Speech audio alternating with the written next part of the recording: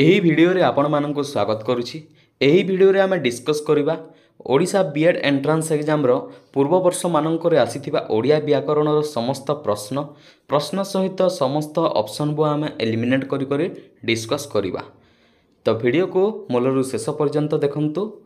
Odisha BEd ଏଣ୍ଟ୍ରାନ୍ସର ସମସ୍ତ Odia grammar ପ୍ରଶ୍ନ ଏଠାରେ ଆମେ ଡିସ୍କସ୍ କରିଛୁ।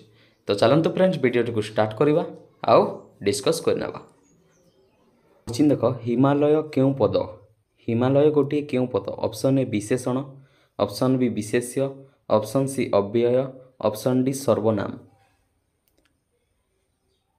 ଯେଉଁ ପଦ ଗୋଟିଏ ନାମକୁ ବୁଝାଏ ତାହାକୁ ବିଶେଷ୍ୟ କୁହାଯାଏ। ଯେଉଁ ପଦ ନାମବାଚକ ବିଶେଷ୍ୟର ଗୁଣକୁ ବୁଝାଏ, ଅବସ୍ଥାକୁ ବୁଝାଏ, ତାହାକୁ ବିଶେଷଣ କୁହାଯାଏ।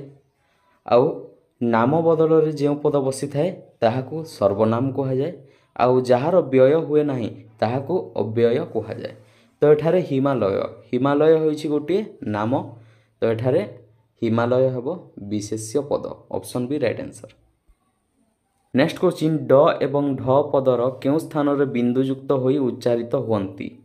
ଡ ଏବଂ ଢ ପଦର କେଉଁ ସ୍ଥାନରେ ବିନ୍ଦୁଯୁକ୍ତ ହୋଇ ଉଚ୍ଚାରିତ ହୁଅନ୍ତି? ଅପସନ୍ ଏ ପଦର ଆରମ୍ଭରେ, ଅପସନ୍ ବି ବିନ୍ଦୁଯୁକ୍ତ ହୁଅନ୍ତି ନାହିଁ, ଅପସନ୍ ସି ଆରମ୍ଭକୁ ଛାଡ଼ି ଅନ୍ୟତ୍ର, ଅପସନ୍ ଡି କୌଣସିଟି ନୁହେଁ। ତ ଡ ଏବଂ ଢ ଆରମ୍ଭକୁ ଛାଡ଼ି ଅନ୍ୟତ୍ର ସ୍ଥାନରେ ବିନ୍ଦୁଯୁକ୍ତ ହୋଇ ଉଚ୍ଚାରିତ ହୁଅନ୍ତି। ତ right answer option C. Next question, ଜ କୁ କାହିଁକି ତାଲବ୍ୟ ବ୍ୟଞ୍ଜନ କୁହାଯାଏ? ଜ କୁ କାହିଁକି ତାଲବ୍ୟ ବ୍ୟଞ୍ଜନ କୁହାଯାଏ? ତ ଏହାର ରାଇଟ୍ ଆନ୍ସର୍ ହେବ ଉଚ୍ଚାରଣ ସମୟରେ ଜିଭର ଆଗ ଅଂଶ ତାଲୁରେ ଲାଗେ, ତେଣୁ ଏହାକୁ ତାଲବ୍ୟ ବ୍ୟଞ୍ଜନ କୁହାଯାଏ। ନେକ୍ସଟ କ୍ୱେଶ୍ଚିନ୍, ପଦ ମଧ୍ୟରେ ରୁ, ର, ସ ଏହି ତିନି ବର୍ଣ୍ଣ ପରେ ନ ଥିଲେ ତା ସ୍ଥାନରେ କେଉଁ ବର୍ଣ୍ଣ ହୋଇଥାଏ? ପଦ ମଧ୍ୟରେ ରୁ, ର, ସ ପରେ ନ ଥିଲେ ନ ଜାଗାରେ କେଉଁ ବର୍ଣ୍ଣ ହୋଇଥାଏ? ତ ନ ଜାଗାରେ ଅଣ ହୋଇଥାଏ। ତ right answer option A. Next question, ଲ ଫଲା ଅଳ ଯୁକ୍ତ ହେଲେ କେଉଁଥିରେ ରୂପାନ୍ତରିତ ହୁଏ? ଲ ଫଲା ଅଳ ଯୁକ୍ତ ହେଲେ କେଉଁଥିରେ ରୂପାନ୍ତରିତ ହୁଏ? ତ ରାଇଟ୍ ଆନ୍ସର୍ ଅପସନ୍ ଏ ଲ ହଳନ୍ତ ଲ ଫଲା। ନେକ୍ସଟ କ୍ୱେଶ୍ଚିନ୍, ବ କୁ କେଉଁ ବ୍ୟଞ୍ଜନ ଧ୍ୱନି କୁହାଯାଏ? ତାଳବ୍ୟ, ଓଷ୍ଠ୍ୟ, କଣ୍ଠ୍ୟ, ମୂର୍ଧନ୍ୟ। ତ ବ କୁ କେଉଁ ବ୍ୟଞ୍ଜନ ଧ୍ୱନି କୁହାଯାଏ? ତ ରାଇଟ୍ ଆନ୍ସର୍ ବ କୁ ଓଷ୍ଠ୍ୟ ବ୍ୟଞ୍ଜନ ଧ୍ୱନି କୁହାଯାଏ। ନେକ୍ସଟ କ୍ୱେଶ୍ଚିନ୍, ଅଧିକରଣ କାରକରେ କେଉଁ ବିଭକ୍ତି ହୋଇଥାଏ? ଅଧିକରଣ କାରକରେ କେଉଁ ବିଭକ୍ତି? ଦେଖ, କର୍ତ୍ତା କାରକରେ ପ୍ରଥମା ବିଭକ୍ତି, କର୍ମ କାରକରେ ଦ୍ୱିତୀୟା, କରଣରେ ତୃତୀୟା, ସମ୍ପ୍ରଦାନେ ଚତୁର୍ଥୀ, ଅପାଦାନେ ପଞ୍ଚମୀ, ଆଉ ଷଷ୍ଠୀ ହେଉଛି ସମ୍ବନ୍ଧ, କାରକ ନୁହେଁ, ଆଉ ସପ୍ତମୀ ହେଉଛି ଅଧିକରଣ କାରକ। ତ ଏହାର ରାଇଟ୍ ଆନ୍ସର୍ ହେବ ସପ୍ତମୀ। ନେକ୍ସଟ କ୍ୱେଶ୍ଚିନ୍, ଗଛରୁ ପତ୍ର ପଡ଼ୁଛି ବାକ୍ୟରେ ଆସିଥିବା ଶବ୍ଦ ଗଛ କେଉଁ କାରକ? ଏଠାରେ ଗଛ କେଉଁ କାରକ? ଦେଖ, ଗଛରୁ ପତ୍ର ପଡ଼ୁଛି, ତ ଗଛରୁ ପତ୍ରଟି କ'ଣ ହେଉଛି? ଅନ୍ୟତ୍ର ହେଉଛି, ଅଲଗା ହେଉଛି, ବିଚ୍ଛିନ୍ନ ହେଉଛି। ତ ଗଛରୁ ଯେହେତୁ ପତ୍ରଟି ବିଚ୍ଛିନ୍ନ ହେଉଛି, ତ ବିଚ୍ଛିନ୍ନ ଅର୍ଥରେ କ'ଣ ହେବ? ଅପାଦାନ କାରକ। ତ ଏହାର ରାଇଟ୍ ଆନ୍ସର୍ ଅପସନ୍ ସି ଅପାଦାନ କାରକ। ଆଉ ଅପାଦାନ କାରକରେ କେଉଁ ବିଭକ୍ତି ହୁଏ? ଅପାଦାନ କାରକରେ ପଞ୍ଚମୀ ବିଭକ୍ତି। ନେକ୍ସଟ କ୍ୱେଶ୍ଚିନ୍, ଅନୁସର୍ଗ, ବିସର୍ଗ, ଚନ୍ଦ୍ରବିନ୍ଦୁ ଏହି ତିନୋଟି କେଉଁ ବର୍ଣ୍ଣ? ଅନୁସର୍ଗ, ବିସର୍ଗ, ଚନ୍ଦ୍ରବିନ୍ଦୁ ଏହି ତିନୋଟି କେଉଁ ବର୍ଣ୍ଣ? ଦେଖ, ଉଷ୍ମ, ତାଲବେଶ, ମୁନ୍ଦନିଶ, ଦନ୍ତସ, ଏହା ହେଉଛି ଉଷ୍ମ। ତ ଏହି ଅନୁସର୍ଗ, ବିସର୍ଗ ଓ ଚନ୍ଦ୍ରବିନ୍ଦୁ ହେଉଛନ୍ତି ଅଯୋଗବାହ ବର୍ଣ୍ଣ। ନେକ୍ସଟ କ୍ୱେଶ୍ଚିନ୍, ଯେଉଁ ଶବ୍ଦରୁ କୌଣସି ଉପାୟରେ ଗୋଟିଏ ହେଲେ ବି ବର୍ଣ୍ଣ କାଟି ହୁଏ ନାହିଁ ତାହାକୁ କି ଶବ୍ଦ କୁହାଯାଏ? ଆମେ ଜାଣିଛେ ଶବ୍ଦ ହେଉଛି ଚାରି ପ୍ରକାର, ତତ୍ସମ, ତଦ୍ଭବ, ଦେଶଜ ଆଉ ବୈଦେଶିକ। କିନ୍ତୁ ଆମକୁ ଯଦି ପଚାରେ ଏଠାରେ ଉତ୍ପତ୍ତି ଅନୁସାରେ ଶବ୍ଦ କେତେ ପ୍ରକାର? ତ ଉତ୍ପତ୍ତି ଅନୁସାରେ ଶବ୍ଦ ଦୁଇ ପ୍ରକାର, ଗୋଟିଏ ହେଉଛି ମୌଳିକ ଆଉ ଗୋଟିଏ ହେଉଛି ବ୍ୟୁତ୍ପନ୍ନ। ତ ମୌଳିକ କେଉଁଟି? ଯେଉଁଥିରୁ କୌଣସି ଉପାୟରେ ଗୋଟିଏ ହେଲେ ବି ବର୍ଣ୍ଣ କାଟିଦେଲେ ତାହାର ଅର୍ଥ ପ୍ରକାଶ କରେ ନାହିଁ, ତାହା ହେଉଛି ମୌଳିକ। ଆଉ ବ୍ୟୁତ୍ପନ୍ନ କ'ଣ? ମୌଳିକରେ କୌଣସି ପ୍ରତ୍ୟୟ ଯୋଗ ହେଲେ ଯେଉଁ ନୂତନ ଶବ୍ଦଟି ଗଠିତ ହୁଏ ତାହା ହେଉଛି ବ୍ୟୁତ୍ପନ୍ନ। ତ ଏଠାରେ ରାଇଟ୍ ଆନ୍ସର୍ ଅପସନ୍ ସି ମୌଳିକ। ନେକ୍ସଟ କ୍ୱେଶ୍ଚିନ୍, ଅନଟଣ୍ଟ, ଅନଠଣ୍ଟ, ଅନଦଣ୍ଡ, ଅନଢଣ୍ଡ ଉକ୍ତ ଯୁକ୍ତାକ୍ଷର ଗୁଡ଼ିକ କେଉଁ ବର୍ଗ ଅନ୍ତର୍ଭୁକ୍ତ? ଟ, ଠ, ଡ, ଢ ଏହା କେଉଁ ବର୍ଗ? ତ ଏହାର ରାଇଟ୍ ଆନ୍ସର୍ ट वर्ग आउ ट वर्ग को मूर्धन्य वर्ग कहुए। नेक्स्ट क्वेश्चन थ को कहीं दंत व्यंजन कहुए। तो उच्चारण समय जीवर आग भाग दांत मूल लगुवर थ को दंत व्यंजन कहुए। नेक्स्ट क्वेश्चन जो पदर क्रिया सहित संपर्क न थाए ताहाको कौन कहुए। जो पदर क्रिया सहित संपर्क न थाए ताहाको क्यों पद कहुए। विशेषण पद, विशेष्य पद, सर्वनाम पद ना संबंध पद। तो जो पदर क्रिया सहित संपर्क न थाए ताहाको संबंध पद कहुए और संबंध पद षष्ठी विभक्ति। नेक्स्ट क्वेश्चन झरका पाई कांच। झरका कांच क्यों समास। तो झरका कांच द्वितीय तत्पुरुष ना षष्ठी तत्पुरुष ना चतुर्थी तत्पुरुष ना पंचमी तत्पुरुष। देख झरका पाई कांच एठारे संबंध दर्शाउछि तो संबंध अर्थ रे संप्रदान कारक चतुर्थी तत्पुरुष राइट हबो आंसर। नेक्स्ट क्वेश्चन ज शब्द र आद्य रे न रही अन्यत्र रहिले केउ आकार रे उच्चारित हुए। ज आद्य रे न रही अन्यत्र उच्चारित हेले कोन हुए ताहा हुए य। नेक्स्ट क्वेश्चन क्यों चारोटी व्यंजन वर्ण स्वतंत्र नुहंती। एथि मध्यरु क्यों चारोटी व्यंजन वर्ण स्वतंत्र नुहंती। ऑप्शन ए ड ढ य ल, ऑप्शन बी म य र ल, ऑप्शन सी तालवेश मूर्धन्य दंतस ह, ऑप्शन डी कौन सी नुहे। तो क्यों चारोटी व्यंजन वर्ण स्वतंत्र नुहंती। तो ऑप्शन ए ड ढ य ल ये चारोटी व्यंजन वर्ण स्वतंत्र नुहंती। नेक्स्ट क्वेश्चन ज य र ल अल व को क्यों वर्ण कहुए। ज य र ल ल व यह क्यों व्यंजन अटंती। ये सब अंतस्थ वर्ण, ओष्ठ वर्ण, कंठ वर्ण, तालव्य वर्ण। तो यह अंतस्थ वर्ण। नेक्स्ट क्वेश्चन र वर्ण रे र फला केते बेले युक्त हुए। स्वर वर्ण पूर्वर युक्त हेले, व्यंजन वर्ण पर युक्त हेले, व्यंजन वर्ण पूर्वर युक्त हेले, स्वर वर्ण पर युक्त हेले। र वर्ण र फला केते बेले युक्त हुए। तार राइट आंसर हो व्यंजन वर्ण पर युक्त हेले। प्रत्येक वर्गर पांचम वर्ण को कौन कहुए। प्रत्येक वर्ग पांचटी वर्ग अच्छी क च ट त प। तो यार शेष पांचटी अक्षर जेमती क र व, च र न्य, ट र अण, त र न और प र म। यही शेष पांचटी अक्षर को कौन कहुए वर्ण को। तो ताहाको कहुए अनुनासिक वर्ण बा नासिक्य वर्ण कहुए। उष्म वर्ण क्यों क्योंटी। उष्म वर्ण तालवेश, मूर्धन्य, दंतस ह यह मन होचंती उष्म वर्ण। आउ ओजग बाह, अनुसर्ग, विसर्ग और चंद्रवर्ण चंद्रबिंदु। आउ लोड़ित वर्ण क्योंटी। तो र हेउछि लोड़ित वर्ण। नेक्स्ट क्वेश्चन सहर क्यों पद। सहर सर्वनाम ना अव्यय ना विशेष्य ना विशेषण। तो सहर हेउछि विशेष्य पद। नेक्स्ट क्वेश्चन शैशव क्यों प्रकार विशेष्य। तो शैशवटी क्यों प्रकार विशेष्य। गुणवाचक, जातिवाचक, संज्ञावाचक ना क्रियावाचक। देख शैशव होइछि गोटे अवस्था, गोटे शिशुर गोटे अवस्था होइछि शैशव। तेबे यह क्यों वाचक हेबो, क्यों वाचक हेबो। तो यह गुण बा अवस्थावाचक विशेष्य हेबो। तो एठारे गुणवाचक अछि तेणु गुणवाचक विशेष्य।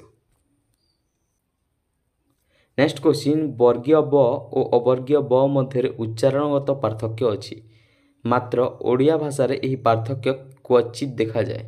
यह मध्य थिबा पार्थक्य को दर्शाइबा पई अवर्गीय ब को क्यों प्रकार लेखा जाइथे।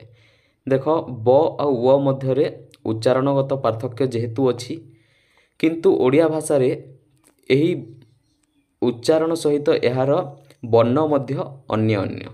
तेबे ब को आउ क्यों भाव रे लेखा जाइथे। तो ब को व भाग रे लेखा जाइथे। तो option B right answer. Next question क्रिया न थाई उल्लिखित शब्द को कौन कहुए। क्रिया न थाई उल्लिखित शब्द को प्रातिपदिक कहुए ना सर्वनाम कहुए ना संबंध पद कहुए ना अव्यय कहुए। तो क्रिया न थाई उल्लिखित शब्द को प्रातिपदिक कहुए। Next question कलिजा। कलिजा शब्दटी क्यों वैदेशिक शब्दावली आसीछि। କଲିଜା ଶବ୍ଦଟି କେଉଁ ବୈଦେଶିକ ଶବ୍ଦାବଳୀରୁ ଆସିଛି? ତୁର୍କୀ, ଫରାସୀ, ପାର୍ସୀ ନା ଆରବୀ? କ'ଣ ହେବ? ତ କଲିଜା ଆରବୀ ଶବ୍ଦ ଅଟେ। ନେକ୍ସଟ କ୍ୱେଶ୍ଚିନ୍, ସ୍ୱରଧ୍ୱନି ଗୁଡ଼ିକ ମଧ୍ୟରେ ଅ, ହର୍ଷଇ, ହର୍ଷଉ, ରୁ କୁ କେଉଁ ସ୍ୱରଧ୍ୱନି କୁହାଯାଏ? ଅ, ହର୍ଷଇ, ହର୍ଷଉ, ରୁ ଏହା କେଉଁ ସ୍ୱରଧ୍ୱନି? ତ ଏହା ହର୍ଷ ସ୍ୱରଧ୍ୱନି। Option C. ଗୋଟିଏ ମାତ୍ରାରେ ଉଚ୍ଚାରଣ ହେଲେ ହର୍ଷ ସ୍ୱର, ଦୁଇଟି ମାତ୍ରାରେ ଉଚ୍ଚାରଣ ହେଲେ ଦୀର୍ଘ ସ୍ୱର ଆଉ ତିନୋଟି ମାତ୍ରାରେ ଉଚ୍ଚାରିତ ହେଲେ ପ୍ଲୁତ ସ୍ୱର। ଆଉ ସ୍ପର୍ଶ ବ୍ୟଞ୍ଜନ କାହାକୁ କୁହାଯାଏ? ସ୍ପର୍ଶ ବ୍ୟଞ୍ଜନ। ତ ସ୍ପର୍ଶ ବ୍ୟଞ୍ଜନ ବର୍ଗ ବ୍ୟଞ୍ଜନକୁ କୁହାଯାଏ। ଯେଉଁ 25ଟି ଅଛି 5ଟି ଭାଗରେ, ସେଇ 25ଟି ବର୍ଣ୍ଣକୁ ସ୍ପର୍ଶ ବ୍ୟଞ୍ଜନ ବା ବର୍ଗ ବ୍ୟଞ୍ଜନ କୁହାଯାଏ। ନେକ୍ସଟ କ୍ୱେଶ୍ଚିନ୍, ତାଳବେଶ, ମୁଦନିଶ, ଦନ୍ତସ, ହ ଏହି 4ଟି ବର୍ଣ୍ଣକୁ କ'ଣ କୁହାଯାଏ? ଅଜଗବା ବର୍ଣ୍ଣ, ଓଷ୍ଠ୍ୟ ବର୍ଣ୍ଣ, ଉଷ୍ମ ବର୍ଣ୍ଣ ନା ଅନ୍ତସ୍ଥ ବର୍ଣ୍ଣ? ତ ଏହା ଉଷ୍ମ ବର୍ଣ୍ଣ। ନେକ୍ସଟ କ୍ୱେଶ୍ଚିନ୍, କ ବ୍ୟଞ୍ଜନର ଉଚ୍ଚାରଣ ସ୍ଥାନ ଏମାନଙ୍କ ମଧ୍ୟରୁ କେଉଁଟି? କ ବ୍ୟଞ୍ଜନର ଉଚ୍ଚାରଣ ସ୍ଥାନ କେଉଁଟି? ତ କ ବ୍ୟଞ୍ଜନର ଉଚ୍ଚାରଣ ସ୍ଥାନ କଣ୍ଠ୍ୟବର୍ଗ।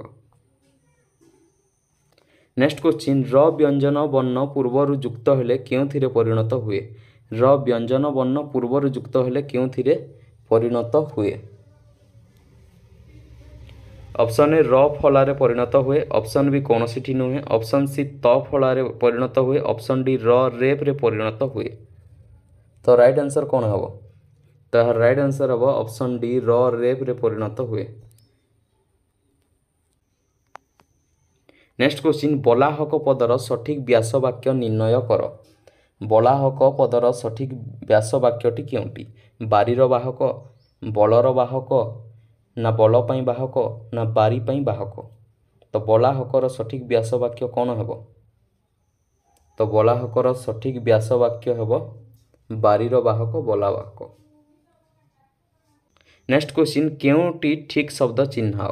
ଏଥିମଧ୍ୟରୁ କେଉଁଟି ଠିକ୍ ଶବ୍ଦ ଚିହ୍ନାଅ? ଜ୍ୟେଷ୍ଠ, କୃଷ୍ଣ, କ୍ରୂର, ଜ୍ୟେଷ୍ଠ। ତ ଅପସନ୍ ଏ ଜ୍ୟେଷ୍ଠ, ଏହା ଠିକ୍ ଅଛି।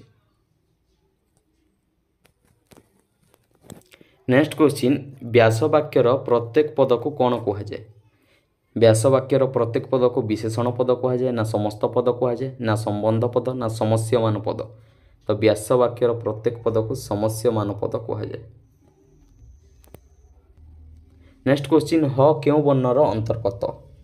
ହ ସ୍ପର୍ଶ ବ୍ୟଞ୍ଜନ, ଅଜଗବାହ, ଉଷ୍ମ ବ୍ୟଞ୍ଜନ ନା ବର୍ଗୀୟ ବ୍ୟଞ୍ଜନ? ତ ହ ହେଉଛି ଉଷ୍ମ ବ୍ୟଞ୍ଜନ। ନେକ୍ସଟ କ୍ୱେଶ୍ଚିନ୍, ଅ ଆ ଭିନ୍ନ ସ୍ୱର ବର୍ଣ୍ଣ ଏବଂ କ ଓ ର ପରେ ପଦ ମଧ୍ୟସ୍ଥିତ ସ କେଉଁ ବର୍ଣ୍ଣରେ ପରିଣତ ହୁଏ? ଅ ଆ ଭିନ୍ନ ସ୍ୱର କ ଓ ର ପରେ ମଧ୍ୟସ୍ଥିତ ସ କେଉଁ ବର୍ଣ୍ଣରେ ପରିଣତ ହୁଏ? ତାଳବେଶ, ହ, କ୍ଷ ନା ମୁଦନିଶ? ତ ଏହାର ରାଇଟ୍ ଆନ୍ସର ହେବ ଅପସନ୍ ଡି ମୁଦନିଶ। ନେକ୍ସଟ କ୍ୱେଶ୍ଚିନ୍, ସମ୍ପ୍ରଦାନ କାରକରେ କେଉଁ ବିଭକ୍ତି ହୁଏ? ସମ୍ପ୍ରଦାନ କାରକରେ କେଉଁ ବିଭକ୍ତି? ଷଷ୍ଠୀ, ଷଷ୍ଠୀ ହେଉଛି ସମ୍ବନ୍ଧ ପଦ, ଏହା କାରକ ନୁହେଁ। ସପ୍ତମୀ ହେଉଛି ଅଧିକରଣ କାରକ, ପଞ୍ଚମୀ ହେଉଛି ଅପାଦାନ କାରକ। ତ ସମ୍ପ୍ରଦାନ କାରକ ହେଉଛି ଚତୁର୍ଥୀ ବିଭକ୍ତି। ଦାନ ଅର୍ଥରେ ସମ୍ପ୍ରଦାନ କାରକଟି ହୋଇଥାଏ। ନେକ୍ସଟ କ୍ୱେଶ୍ଚିନ୍, ୱ କେଉଁ ଦୁଇଟି ବର୍ଣ୍ଣର ତ୍ୱରିତ ଉଚ୍ଚାରଣ? କେଉଁ ଦୁଇଟି ମିଶିଲେ ୱ ହୁଏ? ତ ରାଇଟ୍ ଆନ୍ସର ଅପସନ୍ ଡି ଉ ଯୋଗ ଅ, ୱ।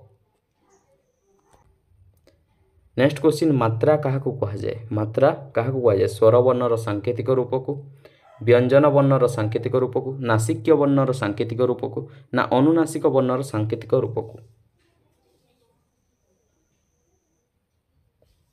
ତ ସ୍ୱର ବର୍ଣ୍ଣର ସାଙ୍କେତିକ ରୂପକୁ ମାତ୍ରା କୁହାଯାଏ। ନେକ୍ସଟ କ୍ୱେଶ୍ଚିନ୍, ସଗୋଷ ହର ଅଘୋଷ ରୂପ କେଉଁଟି? ସଘୋଷ ହର ଅଘୋଷ ରୂପ କେଉଁଟି? ତ ସଘୋଷ ହର ଅଘୋଷ ରୂପ ହେଉଛି ଅପସନ୍ ବି ବିସର୍ଗ। ନେକ୍ସଟ କ୍ୱେଶ୍ଚିନ୍, ନିମ୍ନୋକ୍ତ ଶବ୍ଦ ମଧ୍ୟରୁ କେଉଁଥିରେ ସ୍ୱାଭାବିକ ଭାବରେ ସ ବ୍ୟବହୃତ ହୋଇଛି? କେଉଁଥିରେ ସ୍ୱାଭାବିକ ଭାବରେ ସ ବ୍ୟବହୃତ ହୋଇଛି? ନିଷ୍କର ଶିଷ୍ୟ ଜିଗିସା ନା ଭାଷା। ତ ସ୍ୱାଭାବିକ ଭାବରେ ମୁଦନିଶ ବ୍ୟବହୃତ ହୋଇଛି ଅପସନ୍ ଡି ଭାଷାରେ। ନେକ୍ସଟ କ୍ୱେଶ୍ଚିନ୍ କୁଲୀନ ଶବ୍ଦର ବିଶେଷ୍ୟ ପଦ କେଉଁଟି? କୁଲୀନ ଶବ୍ଦର ବିଶେଷ୍ୟ ପଦ କାଲିକ, କାଲୀନ, କୁଲ ନା କାଲିୟ। ତ କୁଲୀନର ବିଶେଷ୍ୟ ପଦ କୁଲ, ଅପସନ୍ ସି। ନେକ୍ସଟ କ୍ୱେଶ୍ଚିନ୍ ସ୍ୱରହୀନ ବ୍ୟଞ୍ଜନ ବର୍ଣ୍ଣଗୁଡ଼ିକ କେଉଁ ଚିହ୍ନ ଦ୍ୱାରା ପ୍ରକାଶିତ ହୁଅନ୍ତି? ସ୍ୱରହୀନ ବ୍ୟଞ୍ଜନ ବର୍ଣ୍ଣଗୁଡ଼ିକ କେଉଁ ଚିହ୍ନ ଦ୍ୱାରା ପ୍ରକାଶିତ ହୁଅନ୍ତି?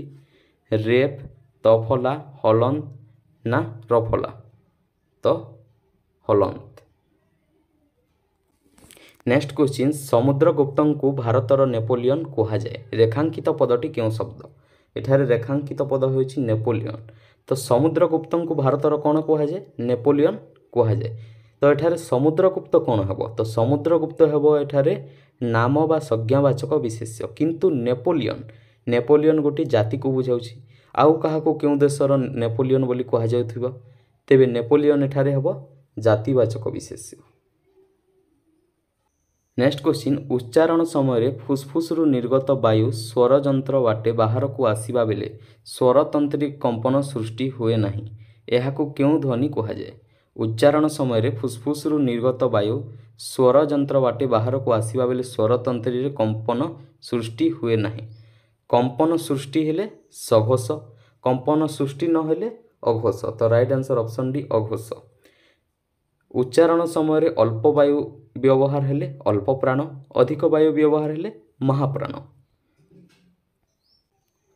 ନେକ୍ସଟ କ୍ୱେଶ୍ଚିନ୍ ଯାହାଦ୍ୱାରା ପଦର ସଂଖ୍ୟାକୁ ବୁଝାଯାଏ ତାହାକୁ କ'ଣ କୁହାଯାଏ?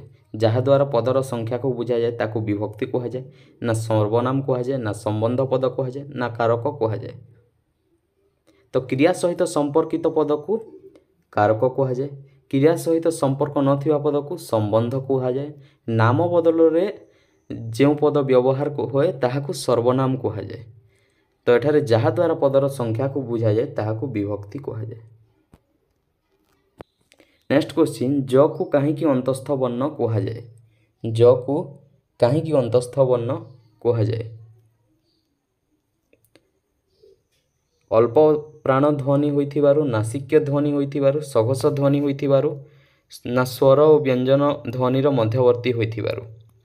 ତାହାର ରାଇଟ୍ ଆନ୍ସର୍ ସ୍ୱର ଓ ବ୍ୟଞ୍ଜନ ଧ୍ୱନିର ମଧ୍ୟବର୍ତ୍ତୀ ହୋଇଥିବାରୁ ଜକୁ ଅନ୍ତସ୍ଥ ବର୍ଣ୍ଣ କୁହାଯାଏ। ନେକ୍ସଟ କ୍ୱେଶ୍ଚିନ୍ ପୂର୍ବେ ଅଯୋଧ୍ୟାରେ ରାମ ବୋଲି ଜଣେ ରାଜା ଥିଲେ। ରେଖାଙ୍କିତ ପଦଟି କେଉଁ ବିଭକ୍ତି? ପୂର୍ବେ ଅଯୋଧ୍ୟାରେ ରାମ ବୋଲି ଜଣେ ରାଜା ଥିଲେ। ତ ଏହା ଅବ୍ୟୟ ଯୋଗେ ପ୍ରଥମା ବିଭକ୍ତି। ନେକ୍ସଟ କ୍ୱେଶ୍ଚିନ୍ କେଉଁ ଦୁଇଟି ଫଲା ବର୍ଣ୍ଣର ତଳେ ଲାଗି ନଥାଏ?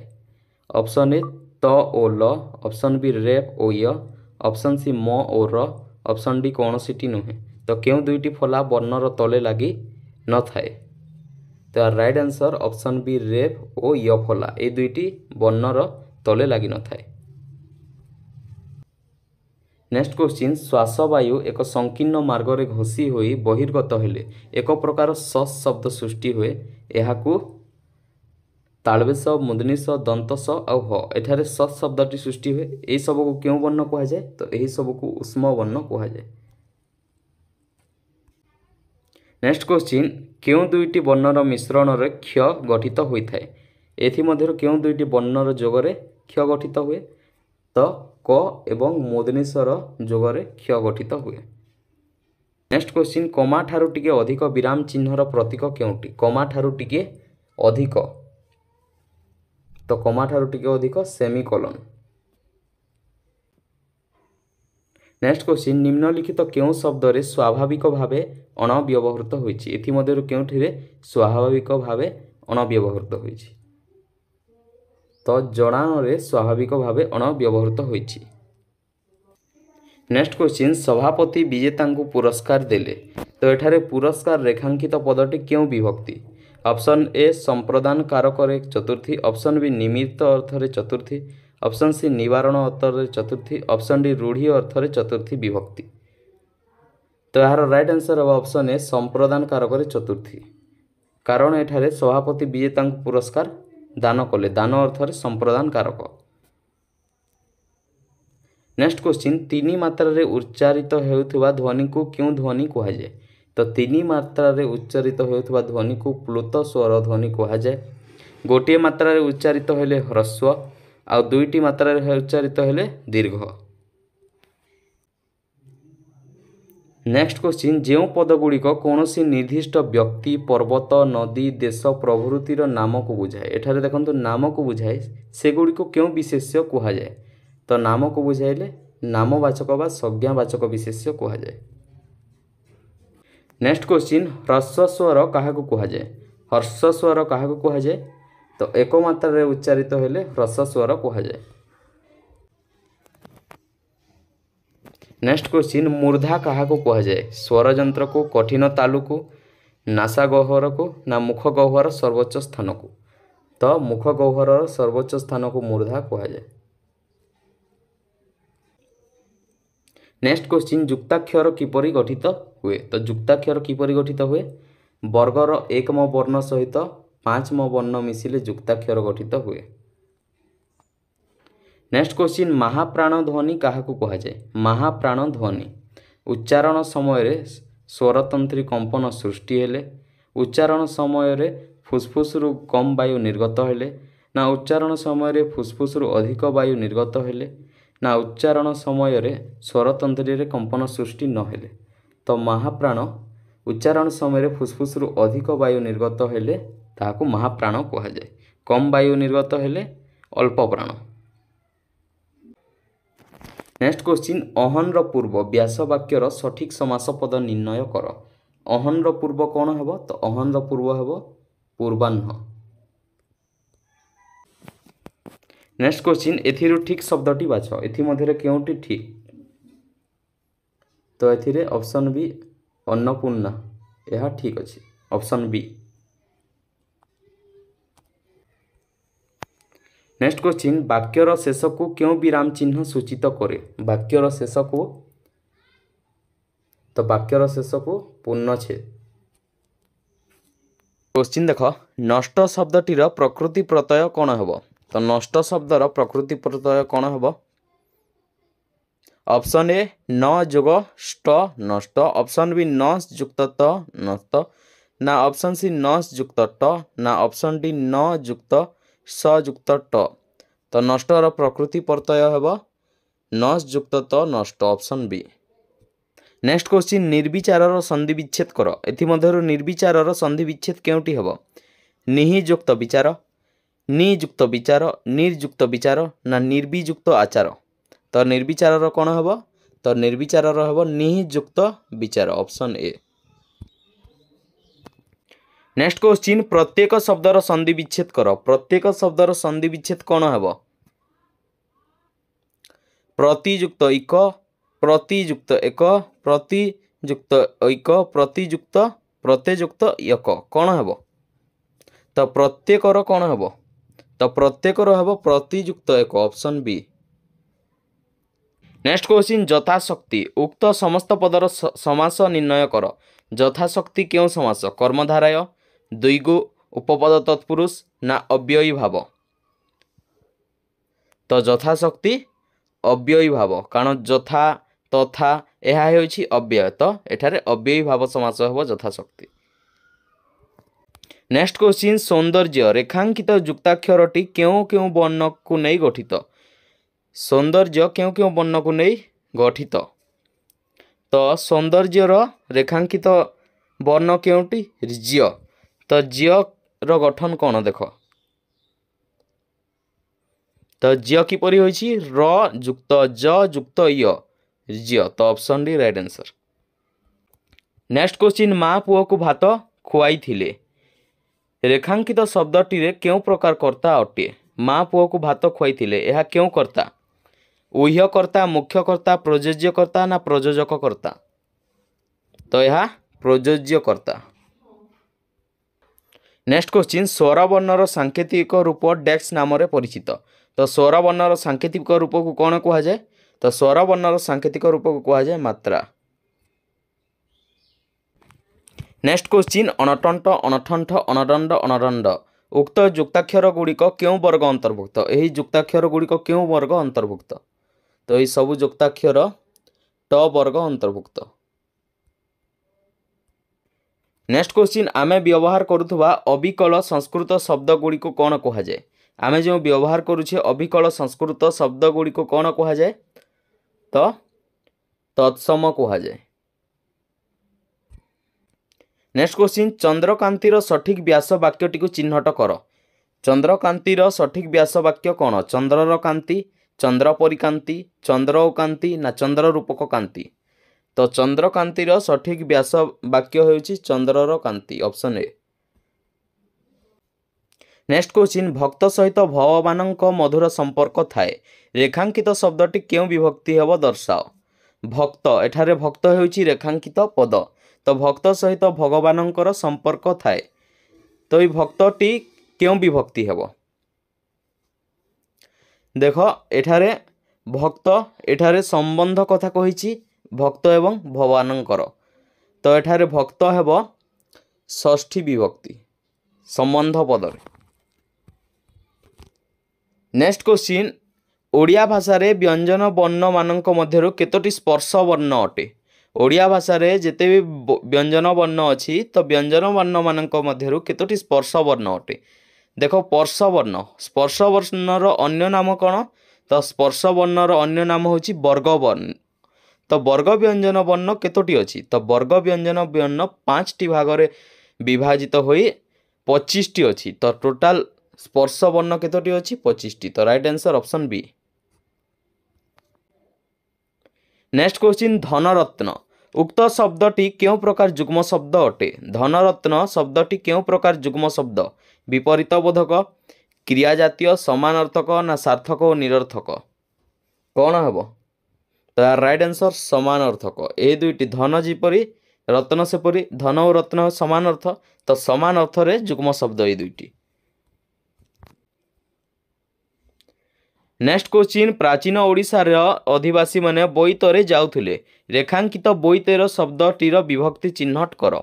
देखो एठारे रेखांकित बोईतर शब्द, तो यह क्यों विभक्ति हेब? एठारे देखंतु बोईतरे जो अछि एठारे रे लागिछि, आउ जहा द्वारा कार्यटी संपादन हुए, जेपरि कि यह प्राचीन ओडिशार अधिवासी माने बोईतरे जाउथिले।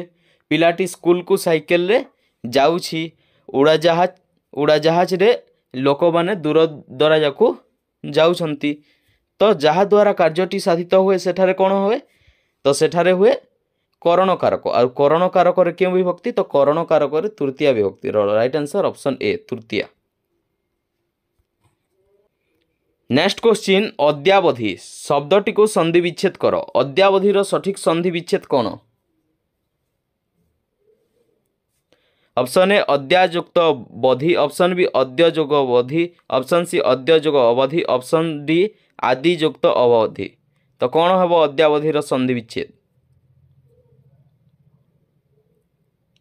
तो यार राइट आंसर हम अद्ययुक्त अवधि, अद्ययुक्त अवधि अद्यावधि।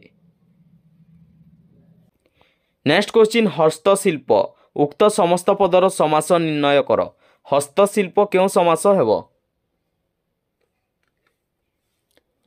हस्तशिल्प क्यों समास हेब? कर्मधाराय दुईगु उपपद तत्पुरुष ना बहुब्रीहि। तो हस्तशिल्प हेब कर्मधाराय समास। नेक्स्ट क्वेश्चन ओडिशार अधिवासी माने वाणिज्य कारोबार करुथुले। एठारे रेखांकित कारोबार शब्द, तो कारोबार शब्द क्यों शब्द अटे? क्यों वैदेशिक शब्द? अरबी, इंग्राजी, तुर्की ना पारसी। तो कारोबार पारसी शब्द अटे। नेक्स्ट क्वेश्चन स्वर वर्ण रे केतोटी ध्वनि अछि?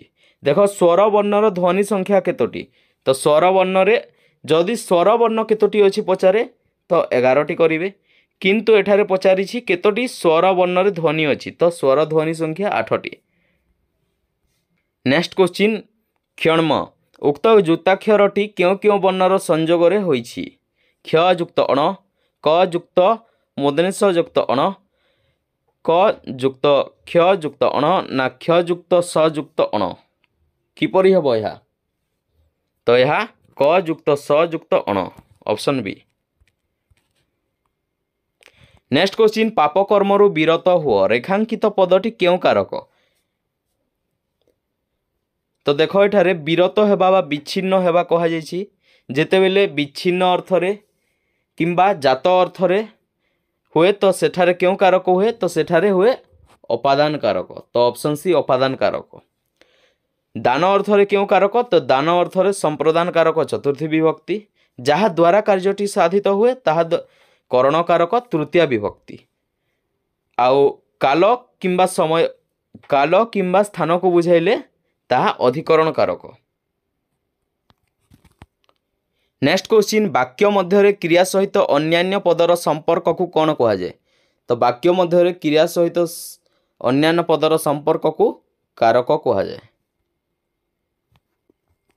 नेक्स्ट क्वेश्चन क्रिया साधित होबार स्थान और समय को की कारक कहती देखंतु एठारे स्थान और समय कही तो स्थान और समय स्थानाधिकरण कारक आउ कालाधिकरण कारक यह दुईटी अधिकरण कारक। नेक्स्ट मातुला लय उक्त समस्त पदटी क्यों समास अंतर्भुक्त मातुला लय चतुर्थी षष्ठी पंचमी ना सप्तमी तो मातुला लय सप्तमी अटे। नेक्स्ट क्वेश्चन कन्या कन्या शब्दटी क्यों शब्दरू उत्पत्ति होईछि तद्भव तत्सम देशज ना वैदेशिक। देख उत्पत्ति होईछि कहिछि एठारे उत्पत्ति केउठी हुए तो उत्पत्ति हुए तत्समरु तो तत्समरु उत्पत्ति हेले ताहाकु तद्भव कहा जाए। तो एठारे कौन पचारिछि तो एठारे पचारिछि कन्या शब्दटी क्यों शब्दरू उत्पत्ति होईछि तो उत्पत्ति तत्समरु हुए उत्पत्ति हेला परे से नूतन शब्द को तद्भव कहा जाए। तो जेउठारु उत्पत्ति होईछि ताहा पचारिछि तो एठार राइट आंसर है ऑप्शन बी तत्सम। नेक्स्ट क्वेश्चन सर्वगुणालंकृता शब्दटीर संधि विच्छेद कर सर्वगुणालंकृता कौन हम यार संधि विच्छेद सर्वयुग गुणयुक्त अलंकृत ना सर्वयुक्त गुणयुक्त अलयुक्त कृता ना सर्वगुणयुक्त अलंकृता ना सर्वयुक्त गुणयुक्त अलंकृत युक्त आ सर्वगुणालंकृतार संधि विच्छेद कौन है तार राइट आंसर हम सर्वगुण युक्त अलंकृता यह ठीक है। नेक्स्ट क्वेश्चन प्रस्थानर विपरीत शब्द चिन्हट कर प्रस्थानर विपरीत शब्द कौन आगमन उपस्थान प्रवेश ना पलायन तो प्रस्थानर प्रवेश विपरीत शब्द। नेक्स्ट क्वेश्चन देख मिथिला राज्यर अधिपति जनक थिले रेखांकित पदर अर्थ निम्नलिखित मध्यरु केउटी हेबो मिथिला राज्यर अधिपति जनक थिले तो अधिपति एठारे रेखांकित शब्द तो यही रेखांकित पदर अर्थ कौन राजा पिता मालिक ना स्वामी तो अधिपतिर एठारे राजा हेबो। नेक्स्ट देख त थ द धन उक्त व्यंजन वर्ण गुड़ी को भी की वर्ग कहा जाए त थ द धन यह क्यों वर्ण अटंती ओष्ठ्य दंत्य कंठ्य ना तालव्य तो यह दंत्य वर्ण अटंती। नेक्स्ट क्वेश्चन जो वर्ण गुड़िक स्वर किंबा व्यंजन वर्णर आश्रय बिना उच्चारित हो पारती नहीं ताकू की वर्ण कहा जाए जो वर्ण गुड़िक स्वर किंबा व्यंजन वर्णर आश्रय बिना उच्चारित हो पारती नहीं सेमानकु उष्म कहा जाए ना अंतस्थ ना अनुनासिक ना अजगबाह तो सेमानकु अजगबाह व्यंजन कहा जाए। नेक्स्ट क्वेश्चन ओडिया भाषा रे लेखा पढ़ा पाई केतोटी वर्ण व्यवहृत होईछि ओडिया भाषा रे लेखा पढ़ा पाई केतोटी वर्ण 47 टी ना 51 टी ना 49 टी ना 36 टी तो 49 टी। नेक्स्ट क्वेश्चन उपकंठ समस्त पदर समास कौन उपकंठ कौन हेबो तो उपकंठ अव्ययी भाव समास।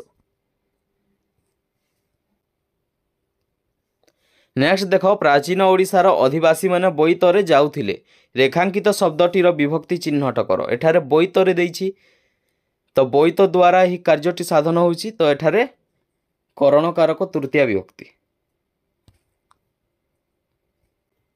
नेक्स्ट क्वेश्चन क्रियार मूल रूप धातु को कौन कहा जाए क्रियार मूल रूप धातु को कौन कहा जाए प्रत्यय कहा जाए तद्धित कहा जाए प्रकृति कहा जाए ना कृदंत कहा जाए तो क्रियार मूल रूप धातु को प्रकृति कहा जाए। नेक्स्ट क्वेश्चन जो वर्ण गुड़िकर उच्चारण में स्वरतंत्री कंपित हो न थाए से गुड़ी को कौन कहुए।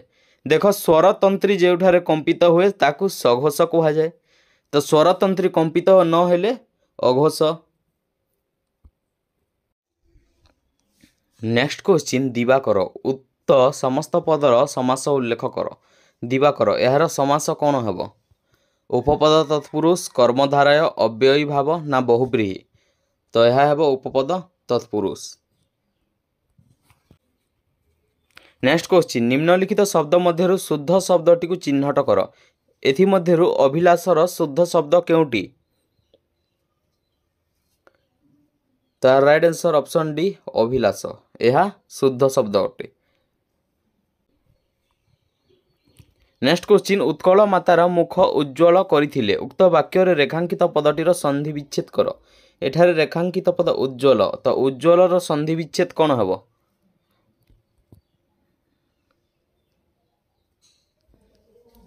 तो राइट आंसर उत युक्त ज्वल। नेक्स्ट क्वेश्चन गुणीर विपरीत बोधक शब्द उल्लेख कर। गुणीर विपरीत शब्द कौन हेब। अगुण निर्गुण मूर्ख ना निर्गुणी। तो गुणीर निर्गुण हेब विपरीत। नेक्स्ट क्वेश्चन कीर्ति शब्दटीर सठिक बनान कर। कीर्ति शब्दटीर सठिक बनान कौन हेब। तो कीर्तिर हेब क रे हलंत जोग दीर्घई जोग र रे हलन जोग त रे हलन जोग त रे हलन जोग हर्षई। ऑप्शन डी यह कीर्तिर सठिक बनान हेब। नेक्स्ट क्वेश्चन बरपुत्र उक्त समस्त पदर समास कौन हेब। बरपुत्रर समास कौन हेब। कर्मधारय उपपद तत्पुरुष षष्ठी तत्पुरुष ना द्वंद्व। तो बरपुत्रर हेब कर्मधारय। नेक्स्ट क्वेश्चन पंडित गोदावरीश आजि गतायु उक्त वाक्य रे रेखांकित शब्दटीर समास कौन हेब। द्विगु मध्यपदलोपी कर्मधारय बहुब्रीहि ना अव्ययी भाव। तो बहुब्रीहि हेब। नेक्स्ट क्वेश्चन निम्नलिखित क्यों क्यों वर्ण मिसिले ज्ञ हेब। क्यों क्यों वर्ण मिसिले ज्ञ।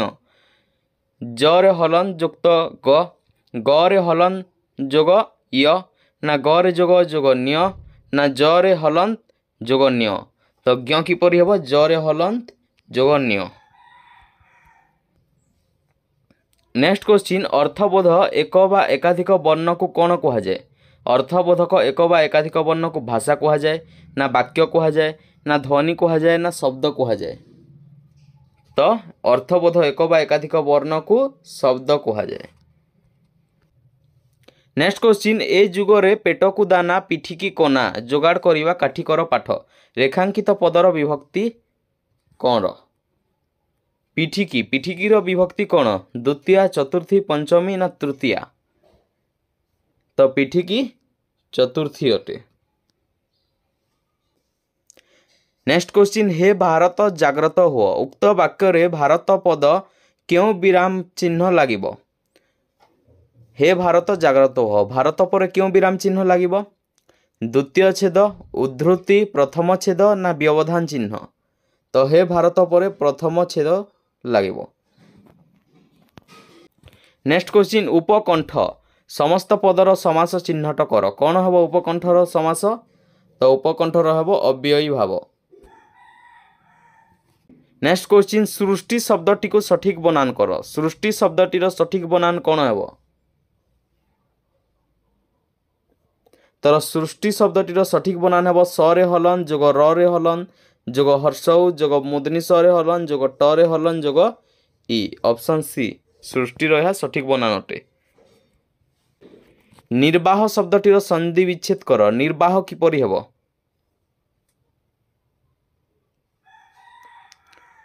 तो निर्वाह निहि युक्त बाह निर्वाह। Option C. नेक्स्ट क्वेश्चन संपदर विपरीत बोधक शब्द निम्नलिखित मध्यरु केउटी हेब। संपदर विपरीत बोधक शब्द केउटी असंपद विसंपद विपद ना धन।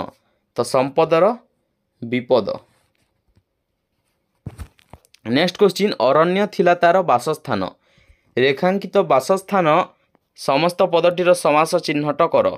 द्वंद्व चतुर्थी तत्पुरुष कर्मधारय ना षष्ठी तत्पुरुष।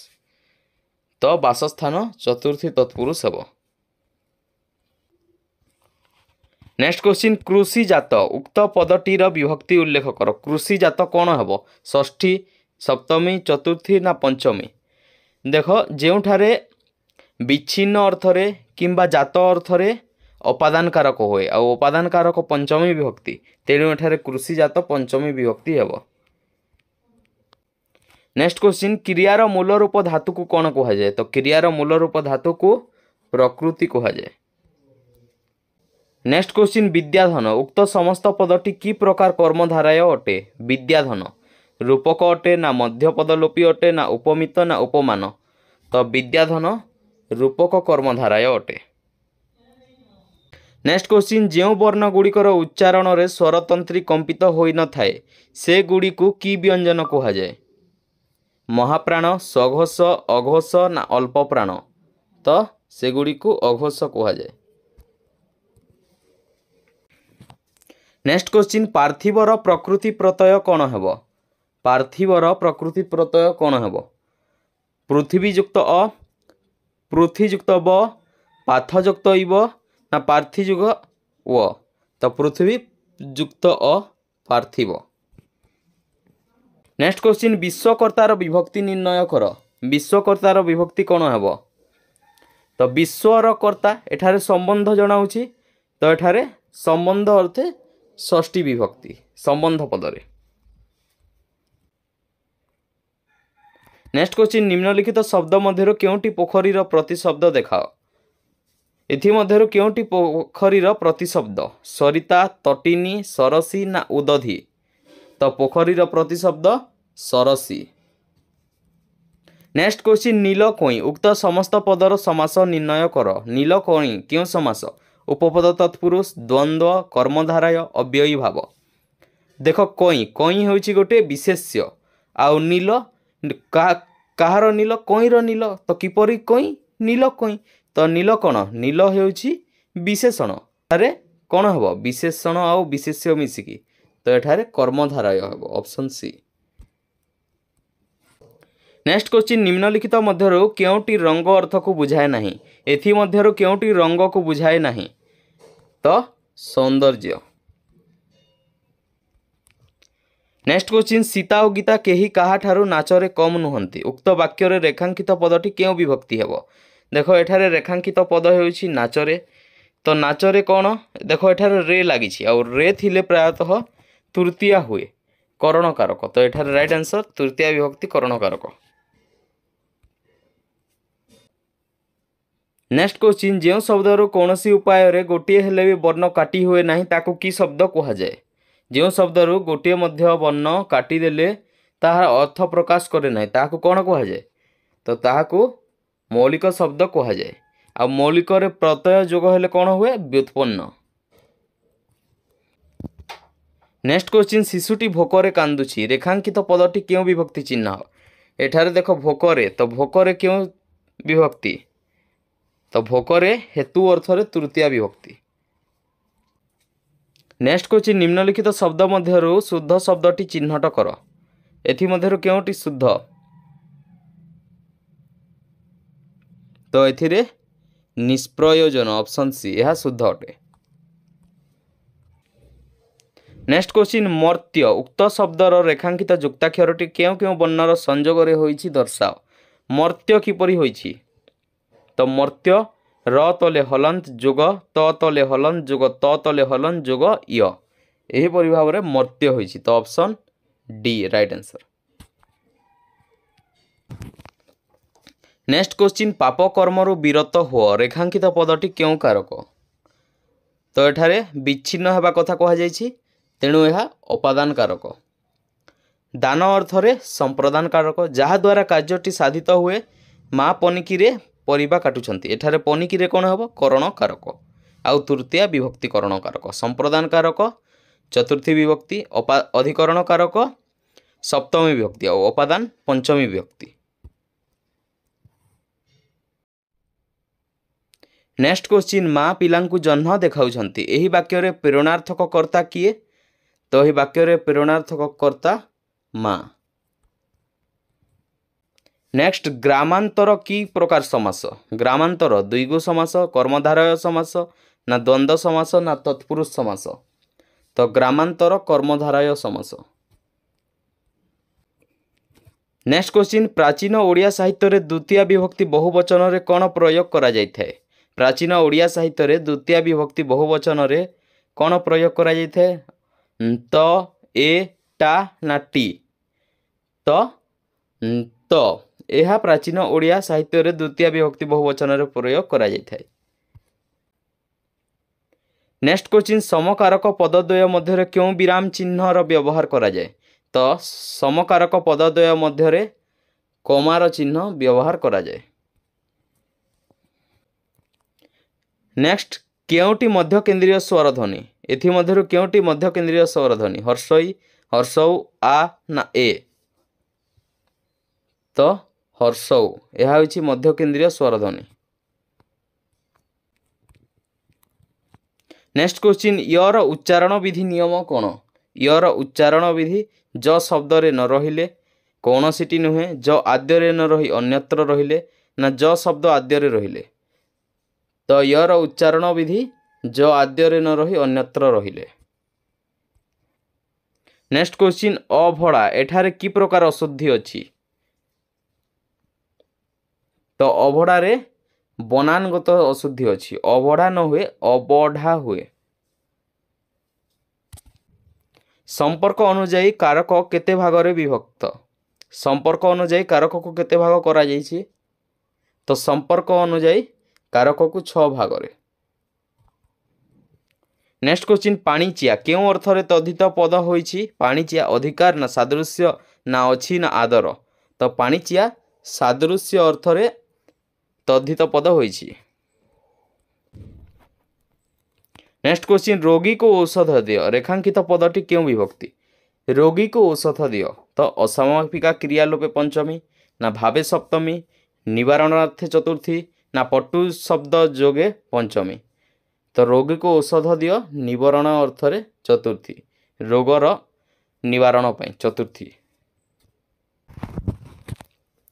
नेक्स्ट क्वेश्चन क ठारू म पर्यंत 25 टी अक्षर को क्यों ध्वनि कहा जाए तो क ठारू म पर्यंत यह सब वर्ग अटे वर्ग व्यंजन तो यही सब को कौन कहा जाए तो वर्ग व्यंजन अन्य नाम स्पर्श व्यंजन तो एठारे ऑप्शन बी स्पर्श हेबो राइट आंसर। नेक्स्ट क्वेश्चन क्षीण शब्दर विपरीतार्थ बोधक शब्द केउटी तो क्षीणर विपरीत अर्थ कौन सस्ता ह्रास लाभ ना पृथुल तो क्षीणर पृथुल। नेक्स्ट क्वेश्चन निष्काम शब्दर विपरीतार्थ बोधक शब्द केउटी निष्कामर विपरीत कौन साकम सकर्म ना साकाम ना सकाम तो निष्कामर कौन हेबो सकाम।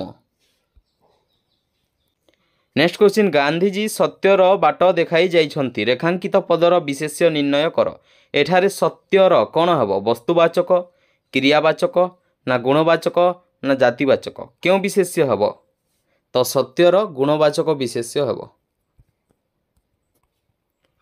नेक्स्ट क्वेश्चन संबंध पद काहाकू कहा जाए संबंध पद काहाकू कहा जाए पदर संख्या निर्णीत होइथिले पदर क्रिया सहित संबंध न थिले अन्य को काव्य रे प्रयुक्त कराइथिले ना क्रिया सहित पदर संपर्क थिले क्रिया सहित संपर्क थिले कारक हुए तो क्रिया सहित संपर्क न थिले संबंध पद तो ऑप्शन बी पदर क्रिया सहित संबंध न थिले संबंध पद कहा जाए और संबंध पद षष्ठी विभक्ति अटे। नेक्स्ट क्वेश्चन केउटी पंचास्य शब्दर प्रतिशब्द पंचास्यर प्रतिशब्द केउटी सिंह घोड़ा हस्ती संध्या तो पंचास्यर प्रतिशब्द सिंह। नेक्स्ट क्वेश्चन लोकटी कुठार रे वृक्ष छेदन करुअछि तो एठारे केउ कारक कुठार रे कौन कारक हेबो कर्ता कारक अपादान कारक करण कारक कर्म कारक तो लोकटी कहा द्वारा वृक्ष छेदन करुछि तो लोकटी कुठार द्वारा वृक्ष छेदन करुछि तो कुठार एठारे करण कारक हेबो जहा द्वारा क्रियाटी साधित हुए ता करण कारक और करण कारक तृतीय विभक्ति। नेक्स्ट क्वेश्चन जेउ मानक उद्देश्य महत् से मानक भगवान साहाय्य करंती वाक्यटी केउ प्रकार एटारे देख गोटे आउ गोटे को अपेक्षा करुच्ची जो मान उद्देश्य महत् से भगवान साहाय्य करती तो यह जटिल वाक्य। नेक्स्ट क्वेश्चन शुद्ध शब्दटी को चिन्हट कर। शुद्ध शब्द कौन? निरोध, विशेष, ध्रुव ना द्वंद्व? तो शुद्ध शब्द निरोध। नेक्स्ट क्वेश्चन फटई हेबा। एही रूढ़ीटीर अर्थ कौन? फटई हेबार अर्थ कौन? अथय करिबा, गोटे कथा को बारंबार पचारिबा, न पचारणु कहिबा ना अनुमान करी कहिबा? तो फटईबा रूढ़ीटीर अर्थ हेउची गोटे कथा को बारंबार पचारिबा। नेक्स्ट क्वेश्चन कार्य साधनर प्रधान उपकरण को कौन कहा जाए? तो कार्य साधनर प्रधान उपकरण को कहा जाए करण कारक।